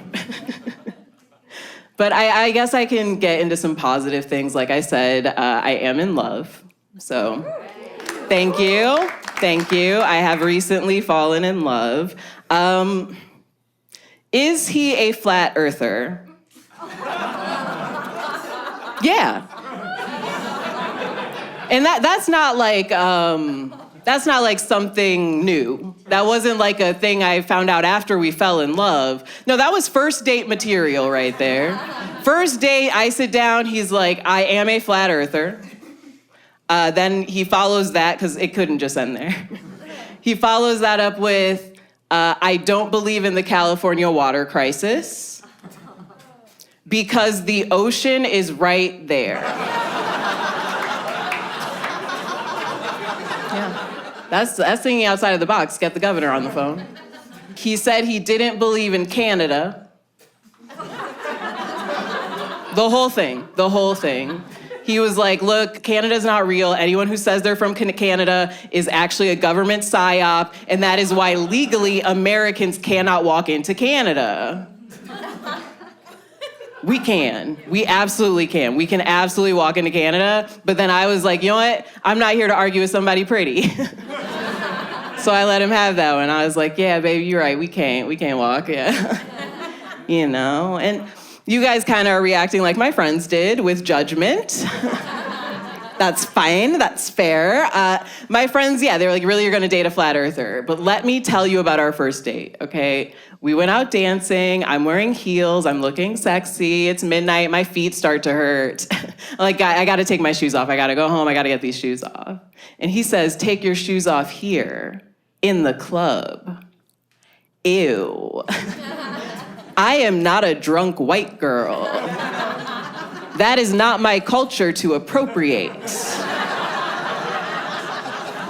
And then he gets down on his knees and he takes my shoes off and he picks up my shoes.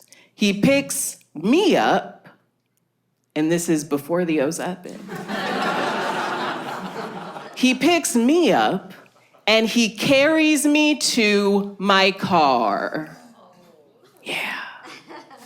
That's when I realized I don't give a fuck about Canada.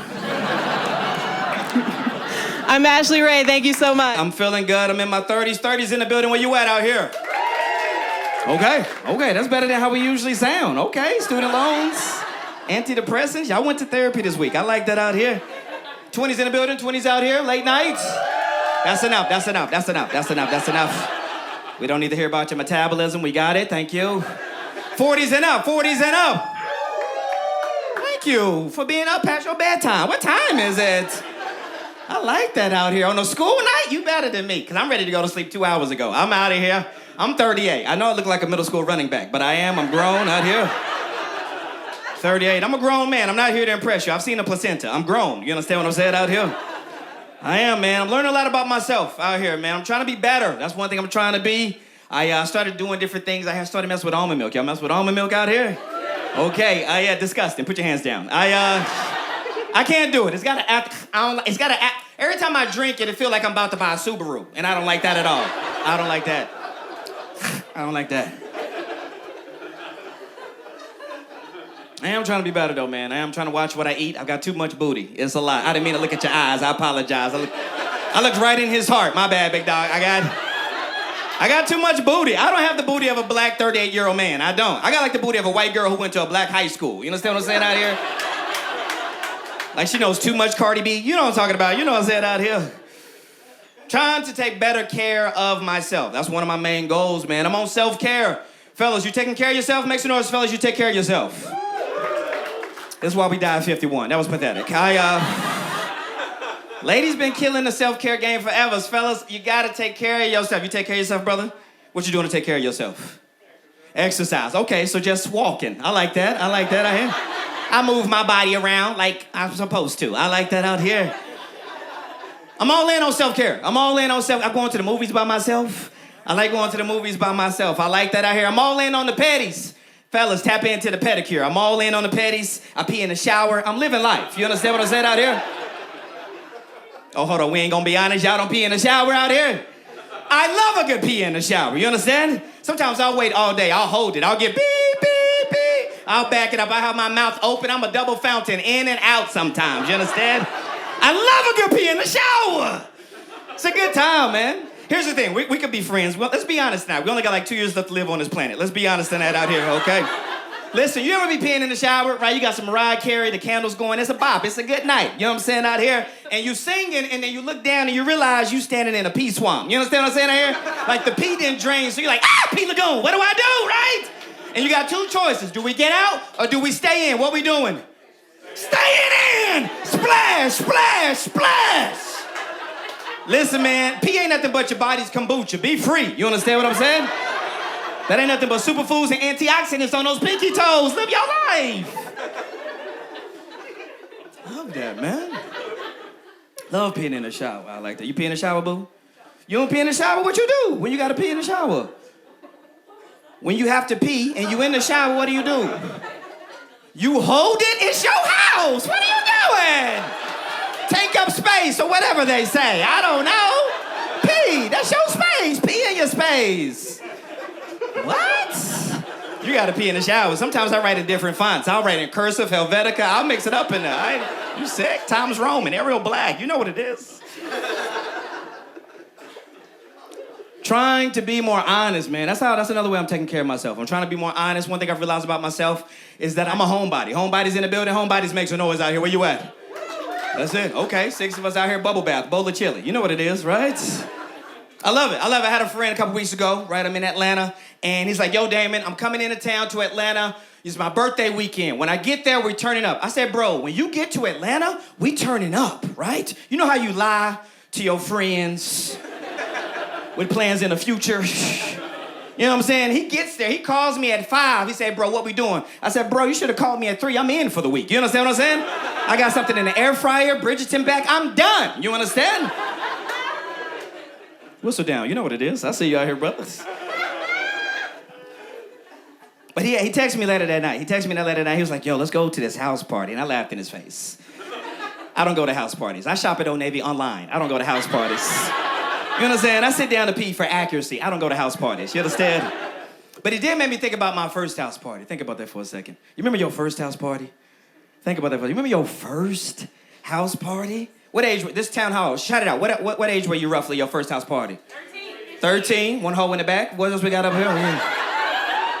15. That's why we need fathers in homes. No, I'm happy you're here. I'm on the same page with you. My first house party, let me think about my first house party. My first house party happened after my 9th grade banquet, late 90s for context. First off, it's important to know I'm not hot in the late 90s. I'm 5 inches shorter than I am right now. That's not the punchline. Be quiet, all right? I got 65 extra pounds. I had a large afro. I looked like Aunt Jemima in high school. I was not hot, you understand? So my friend's like, let's go to this party. I'm like, bet, I've never been to a party. Let's go to this party. You understand what I'm saying out here? And I get to the door. And I don't know if you remember your first house party, but when you get to the door before you walk in, you can hear that music like, ooh, what's about to happen in here, right? I walk in, true story, late 90s. I turn to the left. And that was the first time in my life I had ever seen a girl and a guy dry humping. You remember that? Remember that phase? Remember dry humping? Y'all remember dry humping, don't you? Don't get all sedity because you eat couscous now. You know what I'm talking about in here. Do about an hour and a half, go home with a little bit of blood. You know what I'm saying? A rug burn, a little bit of blood. You know what I'm saying? I'm about to leave the party. I'm in my church shoes, so I'm overwhelmed. You understand out here? As I'm getting ready to leave the party, true story girl pulls me back onto the dance floor, starts grinding on me. I'm like, ah! I run outside and, I'm about to get pregnant. I gotta get out of here. Ran all the way home. It was a lot of blood, but it was a good time. You understand? It was a good time, man. We still dry humping though, right? A little bit, little dibble dabble, little dick on dinner. What's up? What's going on in here? I see y'all here, bro. Found out the other day that I'm toxic. Was not expecting that. One snort. That's all I need. I can go home now. I'm good. I caught a whole plane for that snort. Thank you, sir.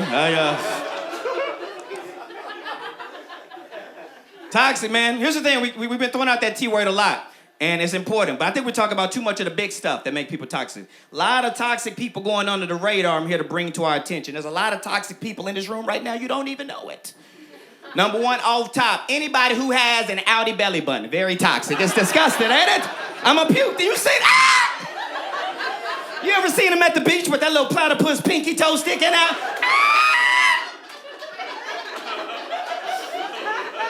Just walking around in that tankini with that Monopoly thimble, just wagging.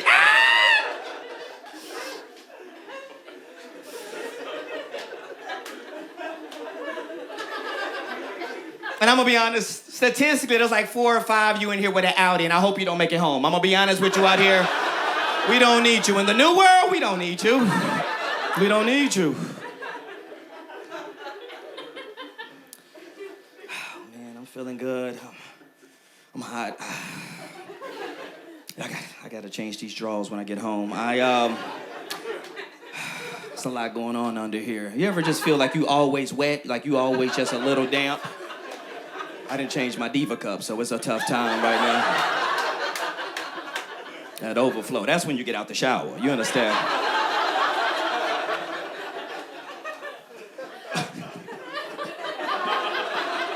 I didn't come up here to say any of this. I gotta get out of here. Feeling good, man. I am feeling good. I'm loving life right now. I'll say this last thing and go. One of my favorite hobbies, though, I've gotten into, I'm trying to take better care of stuff, is do more hobbies. That's important. I don't feel like we take enough time to do hobbies as we get older. One of my favorite hobbies right now in 2025 is that I have decided to start hating couples. Ooh, it's a good time, right? Let's be honest. There's things about couples you hate. There's things about couples I hate. Like if I'm out tonight and I see you feeding each other, kill yourself. I hate that so much. I hate it to my core. You understand? There's a couple, true story. We went to college together, man. They were great friends of mine. I've known them for 20 plus years. I have to let them go. They're free agents now. You understand? Great couple. But I found out last October that the couple I had loved for 20 plus years, they've been together, they're married now, kids. This couple that I love, that they share toothbrushes.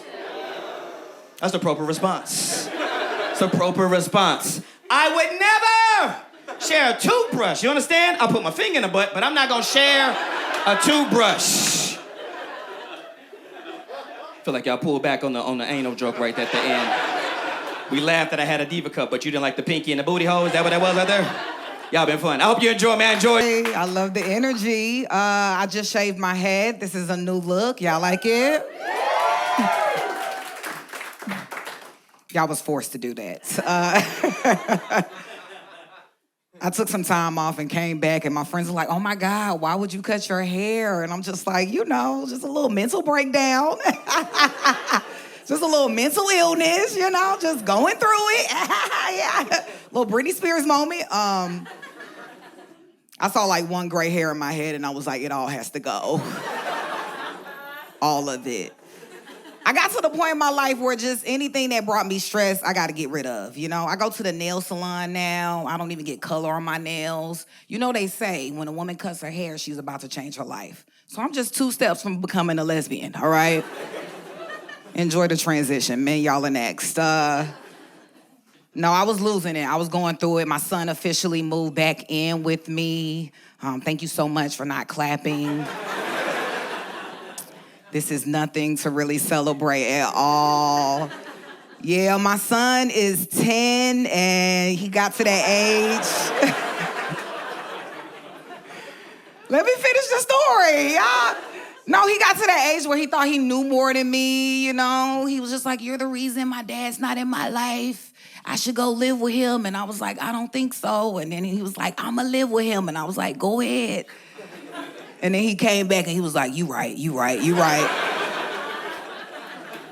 So now I'm like, yay. Welcome back. It feels so good to be right. If you don't want to have kids, don't.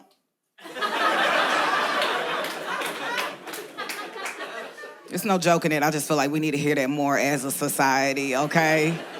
It's a lot. Kids these days, they different too. They want to eat every day, wear shoes. I'm like, wow.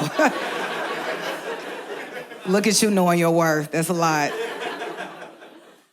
No, I'm trying to be a good mom. I'm trying to break generational curses. I'm trying to break generational trauma. Yeah. Yeah. I want to make sure my son has a better life growing up than I did, and I just want to let y'all know it's not working out at all. Like, at all. That's actually not how kids work, okay? I feel like as soon as you have kids, that's when you realize why the generational curses are in your family. Yeah, as soon as my son was born, I was like, oh, okay. That's why my dad left. All right. That's why my mom robbed me. Okay, checks out. No more questions. My son has a custodian account with more money in it than I do, and I want to rob him every day. But I'm trying to be different. I grew up in a Caribbean household, so I didn't really get to make any decisions. I didn't get to make choices. Everything was told for me to do. So I just let my son do what he want to do, and I just regret it on a day-to-day basis. That's how this been working out. I'll never forget one time he wanted to get a haircut, and he was with my sister, and she texted me. She was like, hey, what kind of haircut does he usually get? And I was like, oh, I'm breaking generational curses. Let him get whatever he want to get. Huge regret. Yeah, they sent me a picture of his haircut, and he got the word Uno on the side of his head. Uno like the card game Uno. Oh, I should have been very specific about what kind of haircut he needed to get. Get him the military cut. It's time for him to serve this country. It's time for him to be honorable to this family. Y'all, it was so bad. It was so bad. Because Uno's a brand, so it's supposed to be all uppercase letters in the word Uno. He had all lowercase letters on the side of his head. I'm like, hey, this says uh-oh. This says uh-oh. Keep these generational curses in your family, sis. But you gotta love kids. They'll be honest with you. And I asked him, I was just like, why would you do that? Like, why would you put Uno on the side of your head? And he was very honest. He got emotional about it. He was like, listen, my cousin's turning 1.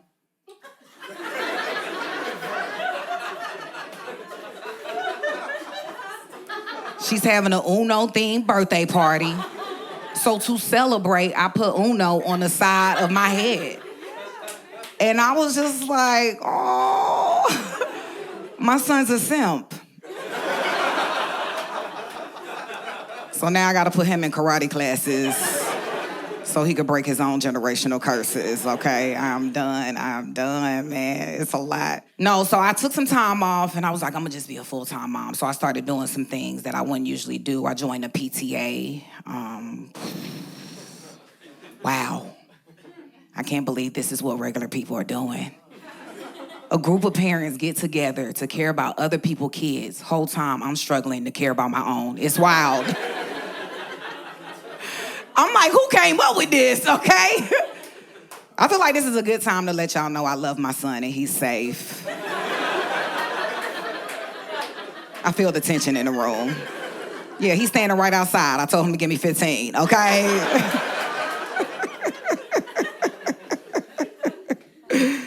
My son is getting older. I'm getting older. I think that's scarier. You know, I'm officially in my late 30s. It's so disgusting, y'all. It is. Because I feel like nobody warned you about your late 30s. Like, your early 30s, prime time. It's lit. Let's go. Late 30s, last call. Wrap it up. Whatever you were doing, stop. It's over. It is over for you. I didn't think things was going to be like this. Like, every day I wake up and I'm like, wow, it's time to steal. You know what I'm saying? Like, every day I wake up, I'm like, it's time to commit a crime. This honest life is not working out. I think about my 20s all the time, and I'm like, wow, you should have been a sex worker for sure.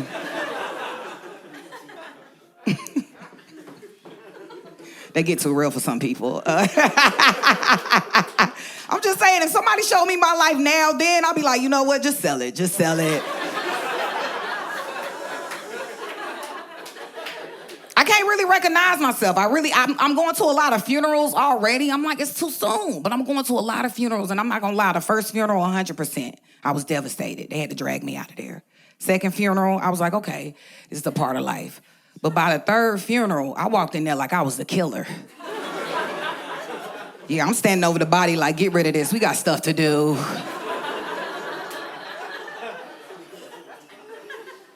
I've been losing my mind, but I'm trying to get my life together. I'm in therapy. Is this a therapy crowd, y'all? Okay, not enough woos. Get in therapy. If you white, you definitely need therapy. Y'all the killers.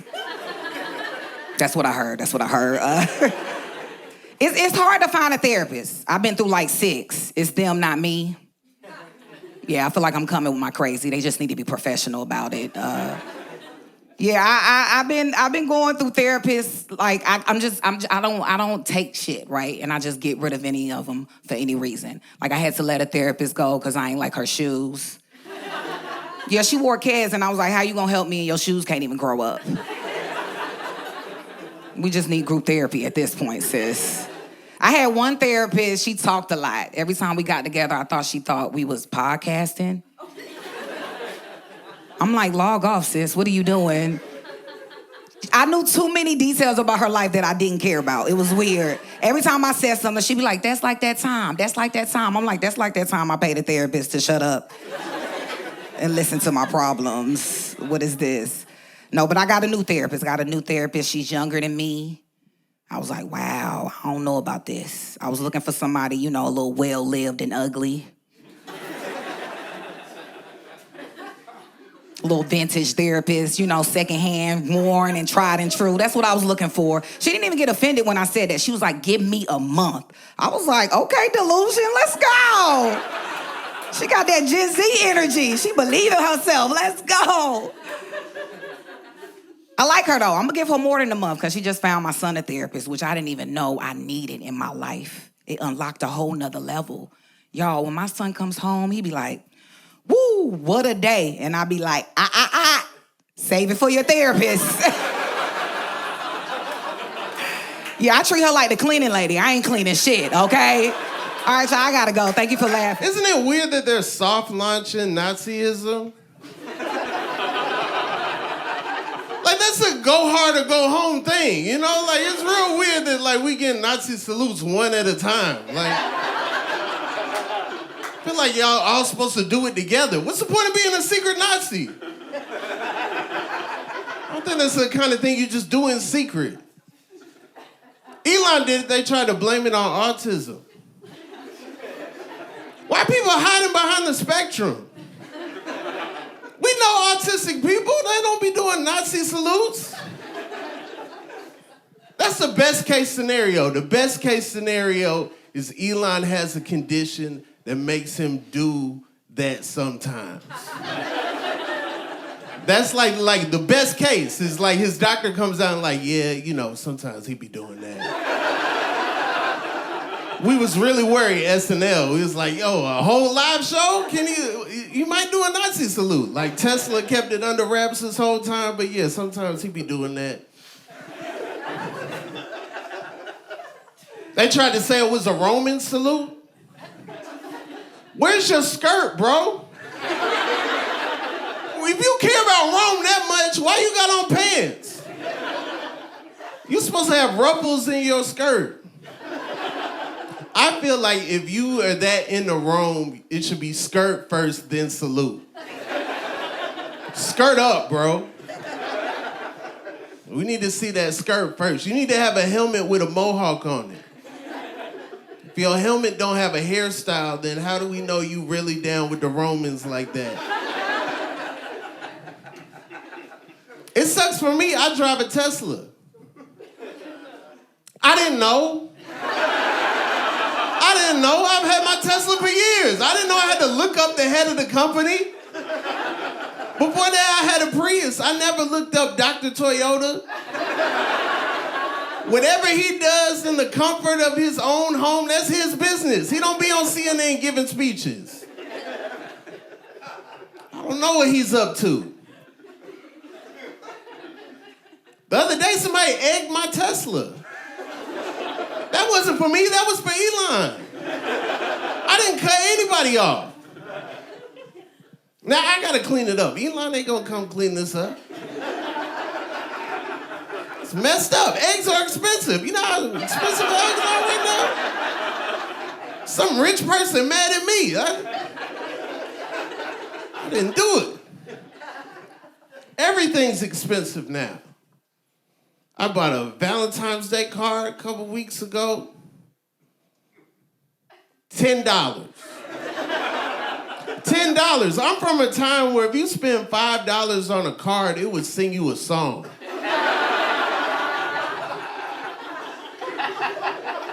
Now they want $10 for a card. Millennials won't even care about cards like that. We'll give you an e-card. We'll be like, yeah, I'll put your information on this website. Happy birthday. I gave some website your data, but I hope you're doing well.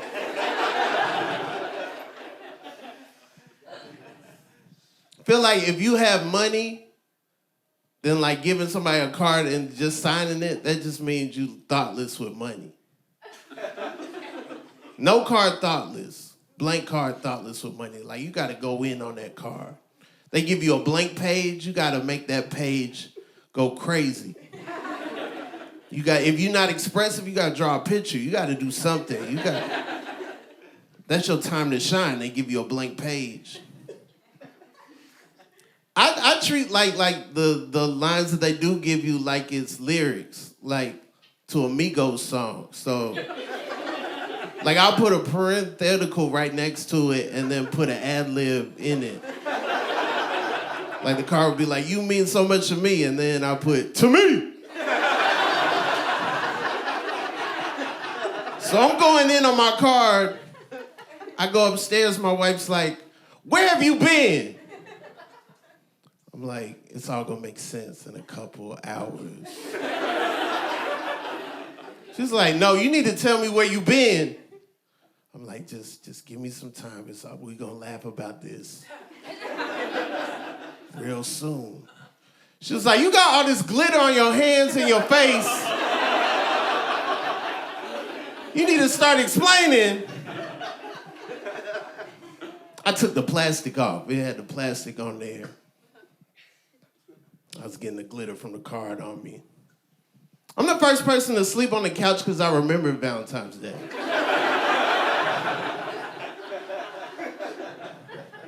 Glitter's wild. Like that's just the dust they had on whatever they was working on. And then one day they were like, yo, let's sell the dust. All this red debris, put that in a jar. We could sell that too. People like, yo, give me a glue stick and some of that debris. I'm gonna make this card nice. I'm gonna go in. I hate when people be like, man, I don't trust science. Then you're a scientist. That's how it starts. That's all they doing. I don't trust this. Then they try it over and over and over and over and over again until somebody's like, I think we got it. That's all science is. How do you not trust trial and error going back years and years and years and years? People tell me, I don't trust science. I'm like, you need to get in there and start doing some experiments. Get you a beaker. Get you a graduated cylinder. Get you a triple beam balance. People always be like, I don't trust science. I do the research. That's the past, bro. Get in the present. I don't trust new science, though. Like some of these new things that come out that haven't been tested yet, I don't trust that. Like, I don't trust some of these weight loss drugs.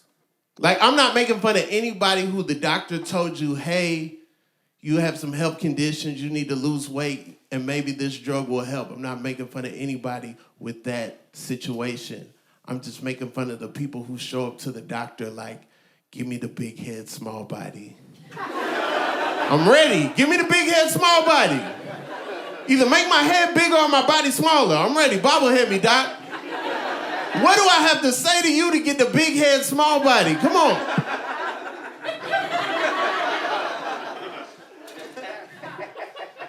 Some of these weight loss drugs have side effects that we didn't know.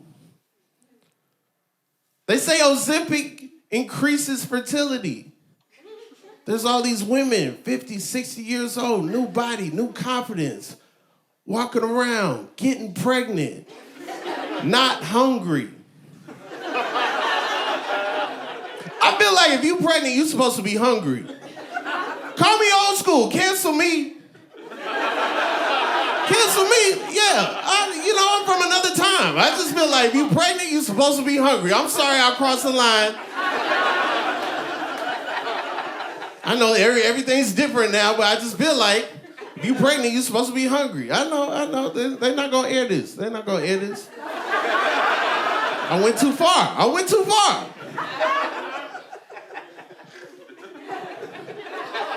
You know who's not scientists?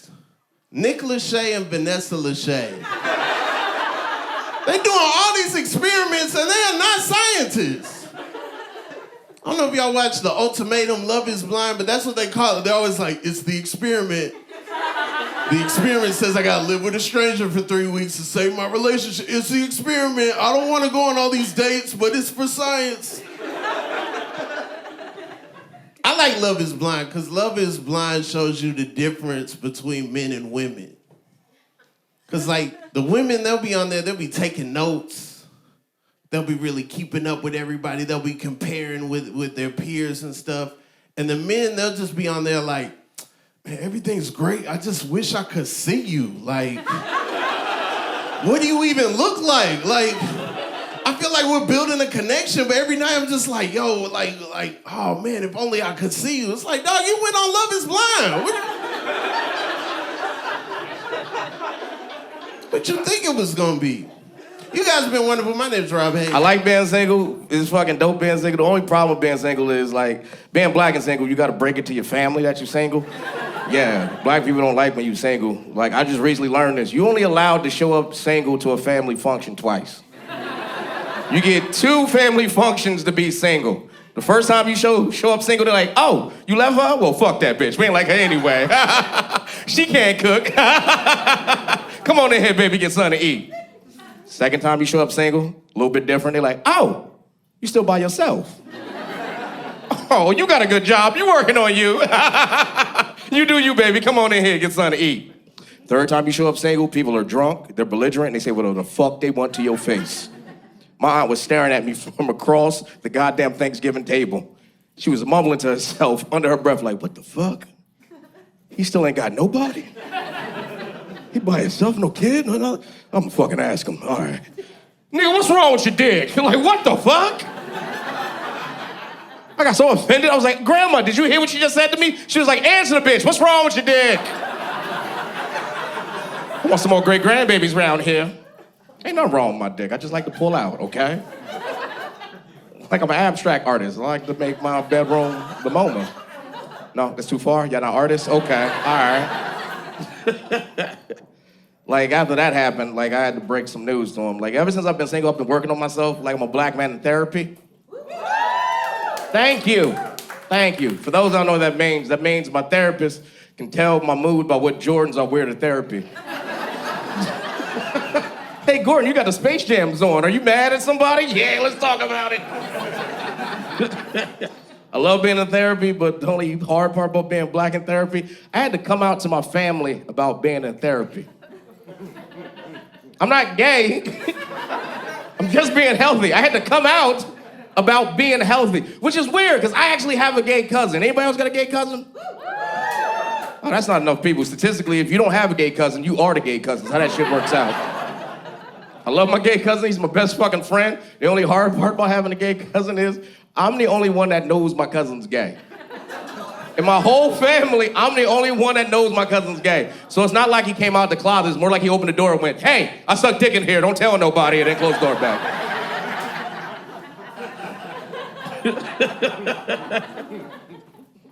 Shit was weird, man. So, like, I decided, like, after my aunt said that shit to me, I was like, you know what? Fuck this shit. I'm gonna let everybody know I'm in therapy. Yeah. I was like, hey, turn off the TV. Hey, stop playing spades. Everybody, stop. Hey, stop drinking. Hey, I got an announcement to make. Listen up, everybody. I'm in therapy. You know what my gay cousin did when I did that? This nigga went, I was like, nigga, fuck you. Wait a minute, are you judging me right now? Well, no, watch this. Grandma, that is not his roommate, okay? All right? That is his boyfriend and lover, Cedric, everybody. Cedric was about like, you fucking tell him. This is my real voice, everybody. We've been together for years. This nigga's on my insurance.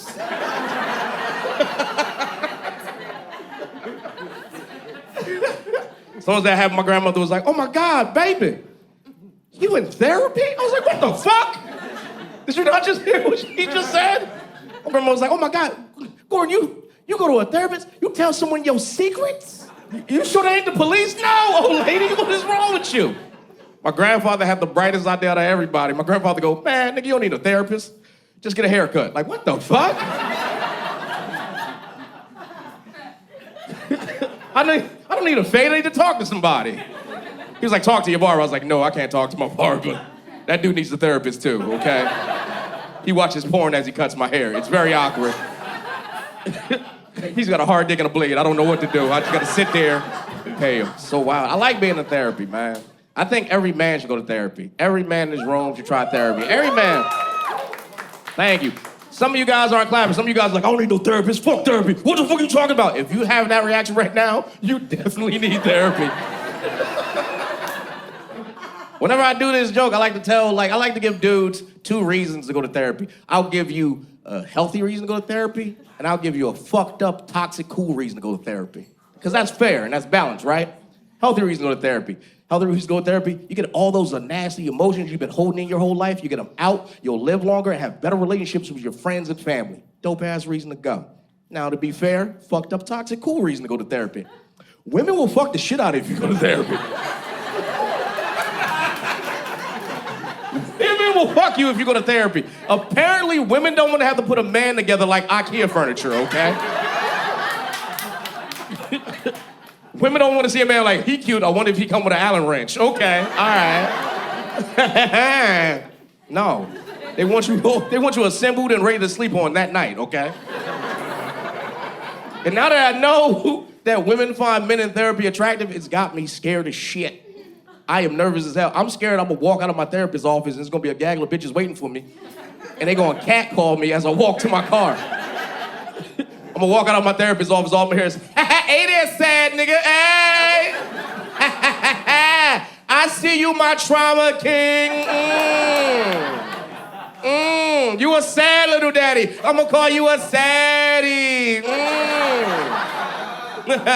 Hey, Sadie, what emotion development you working out in there? Huh? I can't hear you. No, I can't hear you. Come over here. Come cry on mama titties and tell me about it. And I'm gonna fucking go. Because I'm codependent and I learned that in therapy. I like that toxic shit. I need it. Being in therapy is dope as fuck, man. It's got me doing new shit. I'm doing self-care now. Nobody clap for that. Okay, all right. Women are like, why did you not do it before? All right. Some of you dudes are like, what is self-care? Is that lotion outside of your dick? Like, I had white roommates. White dudes don't use lotion outside of their dick. It is, no, this is too real for you guys. White dudes have lotion for their whole life. I'm like, all right, too far, all right.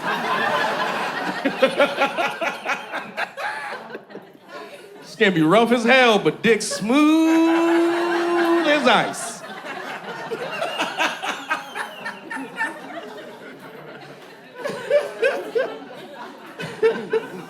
So not only do I go to therapy, every 2 weeks, I go get a pedicure. That's right. Not every man's clapping. Fellas, clap if you gotta get a pedicure. 2 dudes. 2 dudes get pedicures. Fellas, go get a fucking pedicure, dog. Fellas, if you ever wonder why women won't reverse cowgirl with you, it's because you got fucked up feet.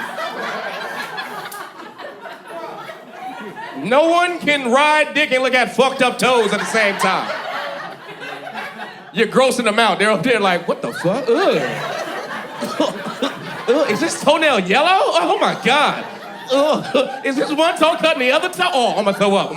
On his feet. Oh, this drying me out. I can't do this. I gotta stop.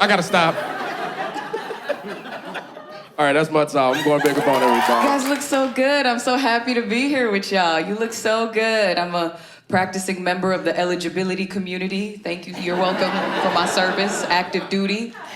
Yeah, it was a journey. I used to be a stud. For the 2 people who knows what that means. The rest of you, a stud in a black lesbian relationship. There's often 2 parties, right? There's one that's more feminine presenting, and then there's the one that resembles Brittany Griner. That's the one I used to be. And if you don't know who that is, that's the lesbian we traded for an arms dealer. I need y'all to keep up. I'm not here to give you news. I used to be that one. Let me tell you, it's a hard life. It was bad. You know, I was walking around looking like Travis Twat. It was bad. I had my dick in my pants. It was bad times. Yeah, I remember the day that it switched for me, because it's actually really tough presenting masculinely in the world that we live in right now. It's unfortunate, right? I was out. I was stopped at a store. This man sees me dressed in men's clothing. That's just how I feel beautiful. He looked at me. He said, "Oh, you want to dress like a man? I'll fuck you up like one." Y'all, my response? Ah, back up. I'm the princess. I hit factory reset so hard. I was not ready. I ain't got no gangster. I have no gangster to present this way. I used to be a, hard L, lesbian. Anybody else in here? Good for you. You're strong. You must be young. I can't. Now I'm a soft Q. My financial situation doesn't allow for me to be the lesbian I want to be. They didn't tell you that when you're the boy one. That shit is expensive as hell. You guys are laughing. Yo, I had to join a polyamorous couple just to make ends meet. I didn't like them. Rent is just high. And I, like the rest of my generation, I've got ADHD. I can't keep up in these threesomes, okay? I know some of y'all are freaky. I can tell you're freaky Led Zeppelin shirt. You're freaky as hell. I felt the aura. Clear your search history. Clear the porn. It's disgusting. I'll tell you real life, there's too much going on in these threesomes.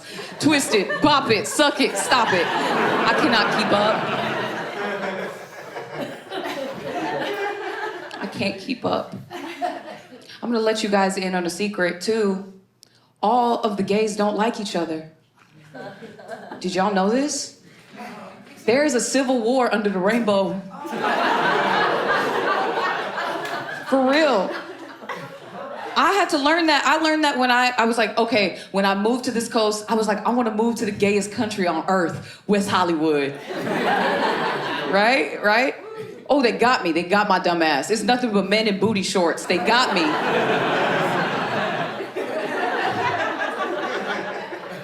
At that point, I had already paid my security deposit. I said, I'll make the best of it. They shut down Santa Monica for Pride, right? That's where all the gays go. And I get stopped by this beautiful, ethnically ambiguous gay boy, right? So I'm thinking he's the welcoming committee. He stops me. He was like,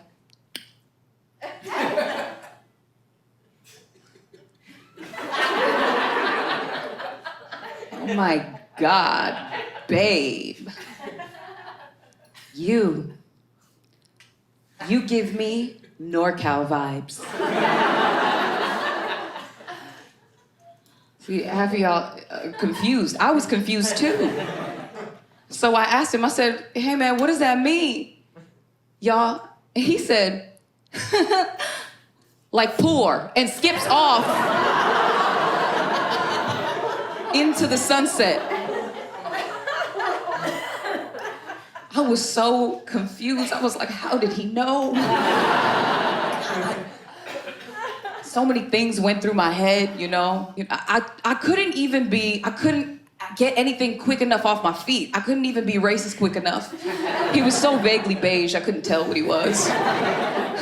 Y'all know what I'm talking about when you're in the car and somebody cuts you off and you be racist a little bit. All the lights are on. I can see everybody's face in here. I know we've all done it. This is a safe space. The car's the one place it's okay. The car is the But I couldn't even do that, right? The best I could come up with was, "Oh, you cunty bitch." You can't win against the gay boys. He said, "Purr," and he kept skipping.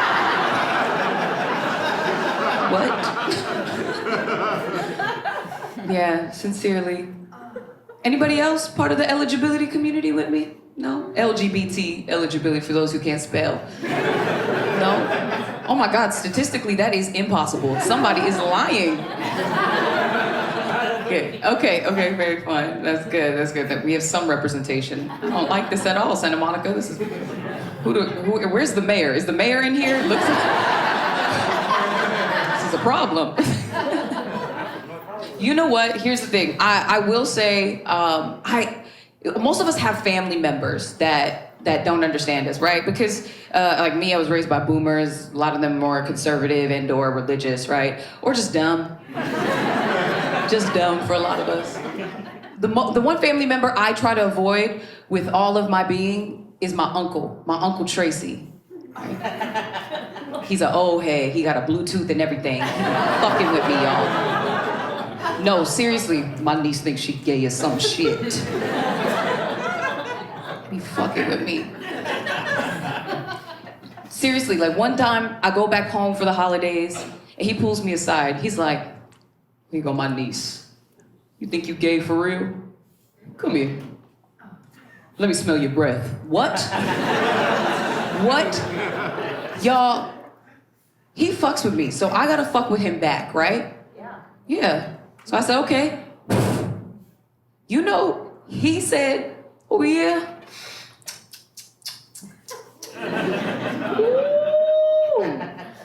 Oh. Is she Latino? I said, yes, Unc. Oh my God. He's stupid, but he's like a pussy sommelier. You understand? He could smell all the notes. He was like, oh, 1994, gold hoop earrings. Is she from Ventura County? Yes.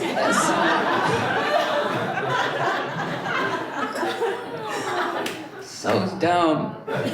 So dumb. It's the dad's side of the family. For anybody who's wondering, Japanese and black. I know, a lot of people like to guess my ethnicity. I hate it. One time I was stopped, this man, he looked at me, he said, "I can see the Asian through the darkness." I said, "Excuse me?" What? Asian mom. Because it's never the dad.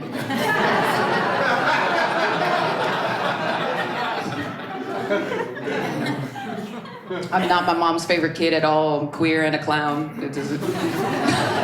Not her favorite at all. You know, I will say one thing about Asian parenting. Asian women have the best branding on earth. They get away with murder, truly, because we're socialized to believe that they're cute, docile, submissive, right? No, the fuck they're not. Right? TV anime makes them seem like so childlike and innocent.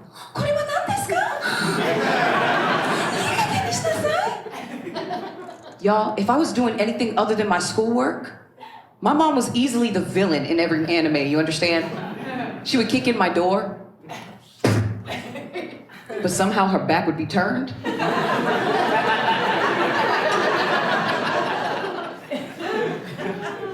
She would do a monologue in Japanese.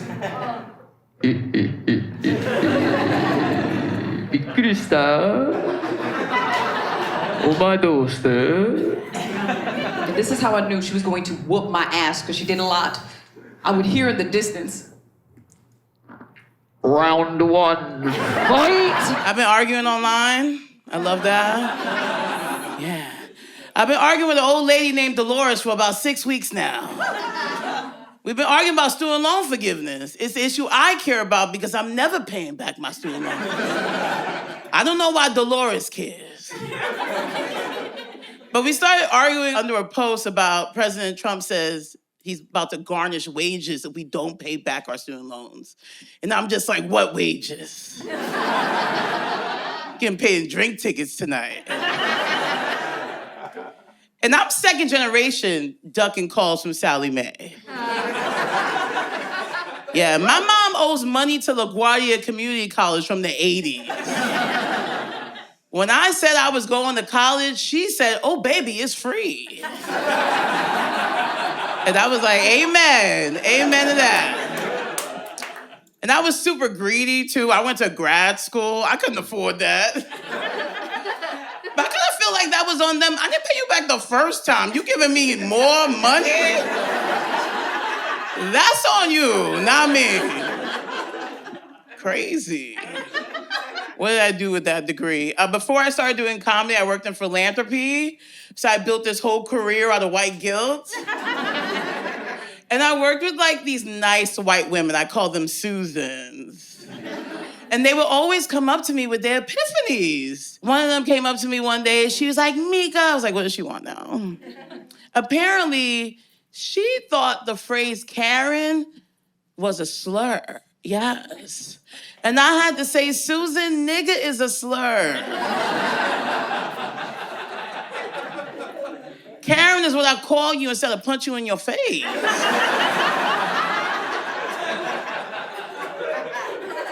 I like to listen to these Susans sometimes, you know? So I was just kind of thinking about it. I was like, when did we start saying Karen? At some point, we just started saying it over and over and over again. And I don't think anyone's happier about it than bitches named Becky. Because that was their thing, remember? Barbecue Becky, basic Becky, Becky with the good hair. What the fuck happened to Becky? We just got rid of her. What I love on TikTok, I like these fancy dogs. They're like wearing suits and eating steak.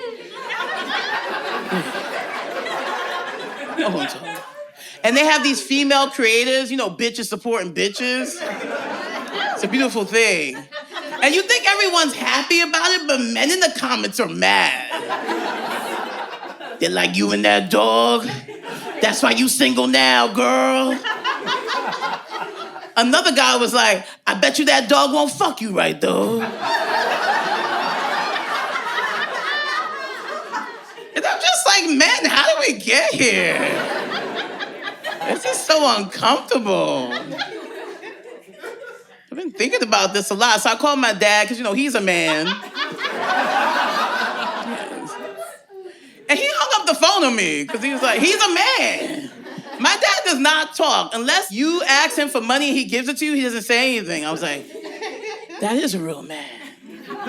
And I started thinking a lot about where we are now as a society. Birth rates are down 23% over the last 10 years. You know what's up? Podcast recordings. Men, be more like my dad. Shut the fuck up.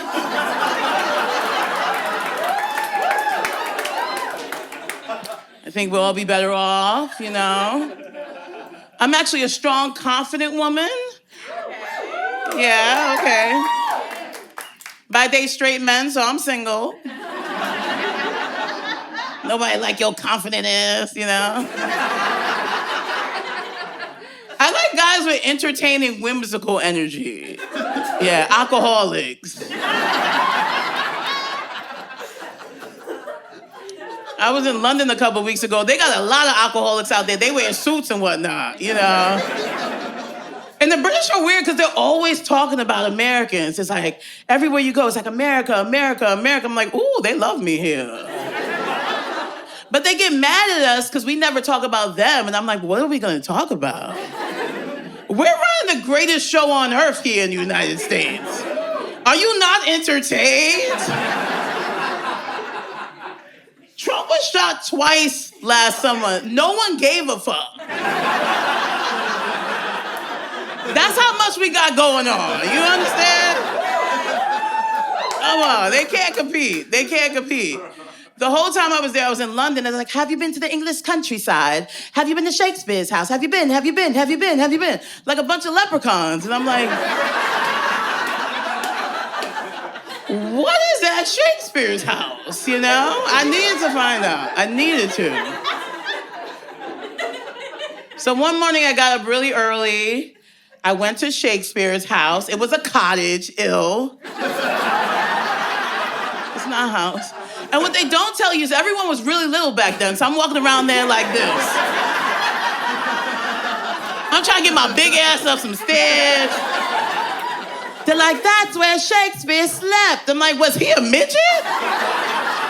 Smallest bed ever. And they're like, would you like to try on Shakespeare's clothes? I was like, I don't care about Shakespeare. He is not Beyonce. Talking about this same white man for 200 years. Y'all ain't got nothing going on. That's what I'm talking about. Nothing. They have nothing happening over there.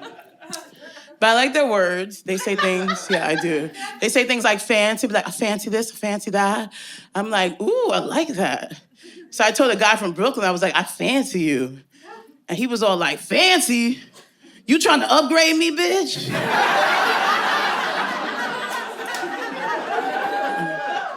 I Okay, can't say that here. Got it. I hate Mark Zuckerberg, yes. Yes. Happy everyone agrees. I blame him for ushering in the white renaissance. That's what we're going through right now. The whites are having a moment. Yes. And it happened last year, right? Because he showed up and his hair was more curly, he had a gold chain on. And I was like, what's he up to? I'm a millennial, Mark's a millennial, and I think he's a good example of why I'm happy bullying is coming back. Yeah. Because when millennials were young, everyone was like, don't bully. There was all these anti-bullying campaigns. But when Mark was like, I have an idea for a book where we can all be friends, someone should have said, shut the fuck up, you nerd. But now he owns our data. And y'all want to be quiet about that because it's real. Yeah, so smack a nerd, you know? Smack a nerd. The white renaissance was weird. Around that time when Mark showed up with the gold chain, we also had another signal. It was Travis Kelce. He turned white, you know? Yes. He started dating Taylor Swift. He was black. Post Malone started doing country. Remember, he used to do hip hop, another one that was black. Pete Davidson got rid of his tattoos. Another one that was black. You see a pattern here? And I was like, we ain't got no wiggers left.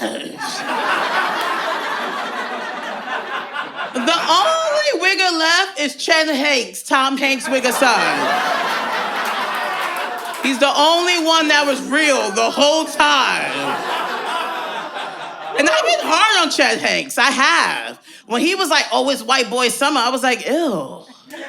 But now I miss that, you know? Yeah. Only white nigga we got.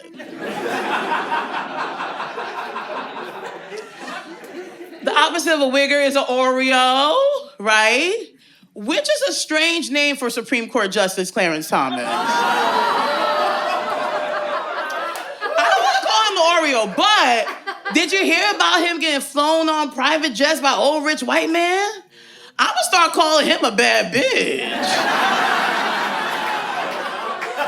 This whole time I thought Clarence Thomas hated other black people. He just wanted to be a video hoe.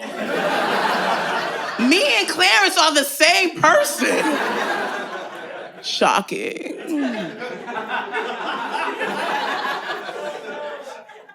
It was real hot here in New York City this summer, and now it's really cool outside. But it was so hot, I was regretting my life. I was regretting not losing that weight I said I was gonna lose, you know? Just walking around fat and angry. And my whole plan was to get the shot, right? To get the Ozempic. But I went to the doctor, and they were like, your insurance probably is not gonna cover it because you're just overweight. You're not morbidly obese. And it reminded me a lot of the real world because white people think I'm really fat and black people be like, oh, you okay, baby girl? You think in the right places. And it's interesting because I've been reading a lot about being fat. You know, I've been reading about it over and over again. And I read that 71% of Americans are overweight, which really confused me because fat people are always talking about fat shaming, you know? But I started thinking, if everyone's fat, are fat people just yelling at each other?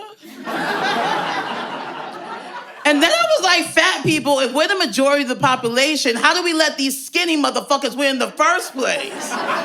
We can take them, no? There's always some skinny bitch yelling at a 300-pound woman like, being fat is bad for your health. So is a 300-pound foot up your ass. Is that not bad for your health? Anyway, my name is Mika. That's my time. Thank you so much.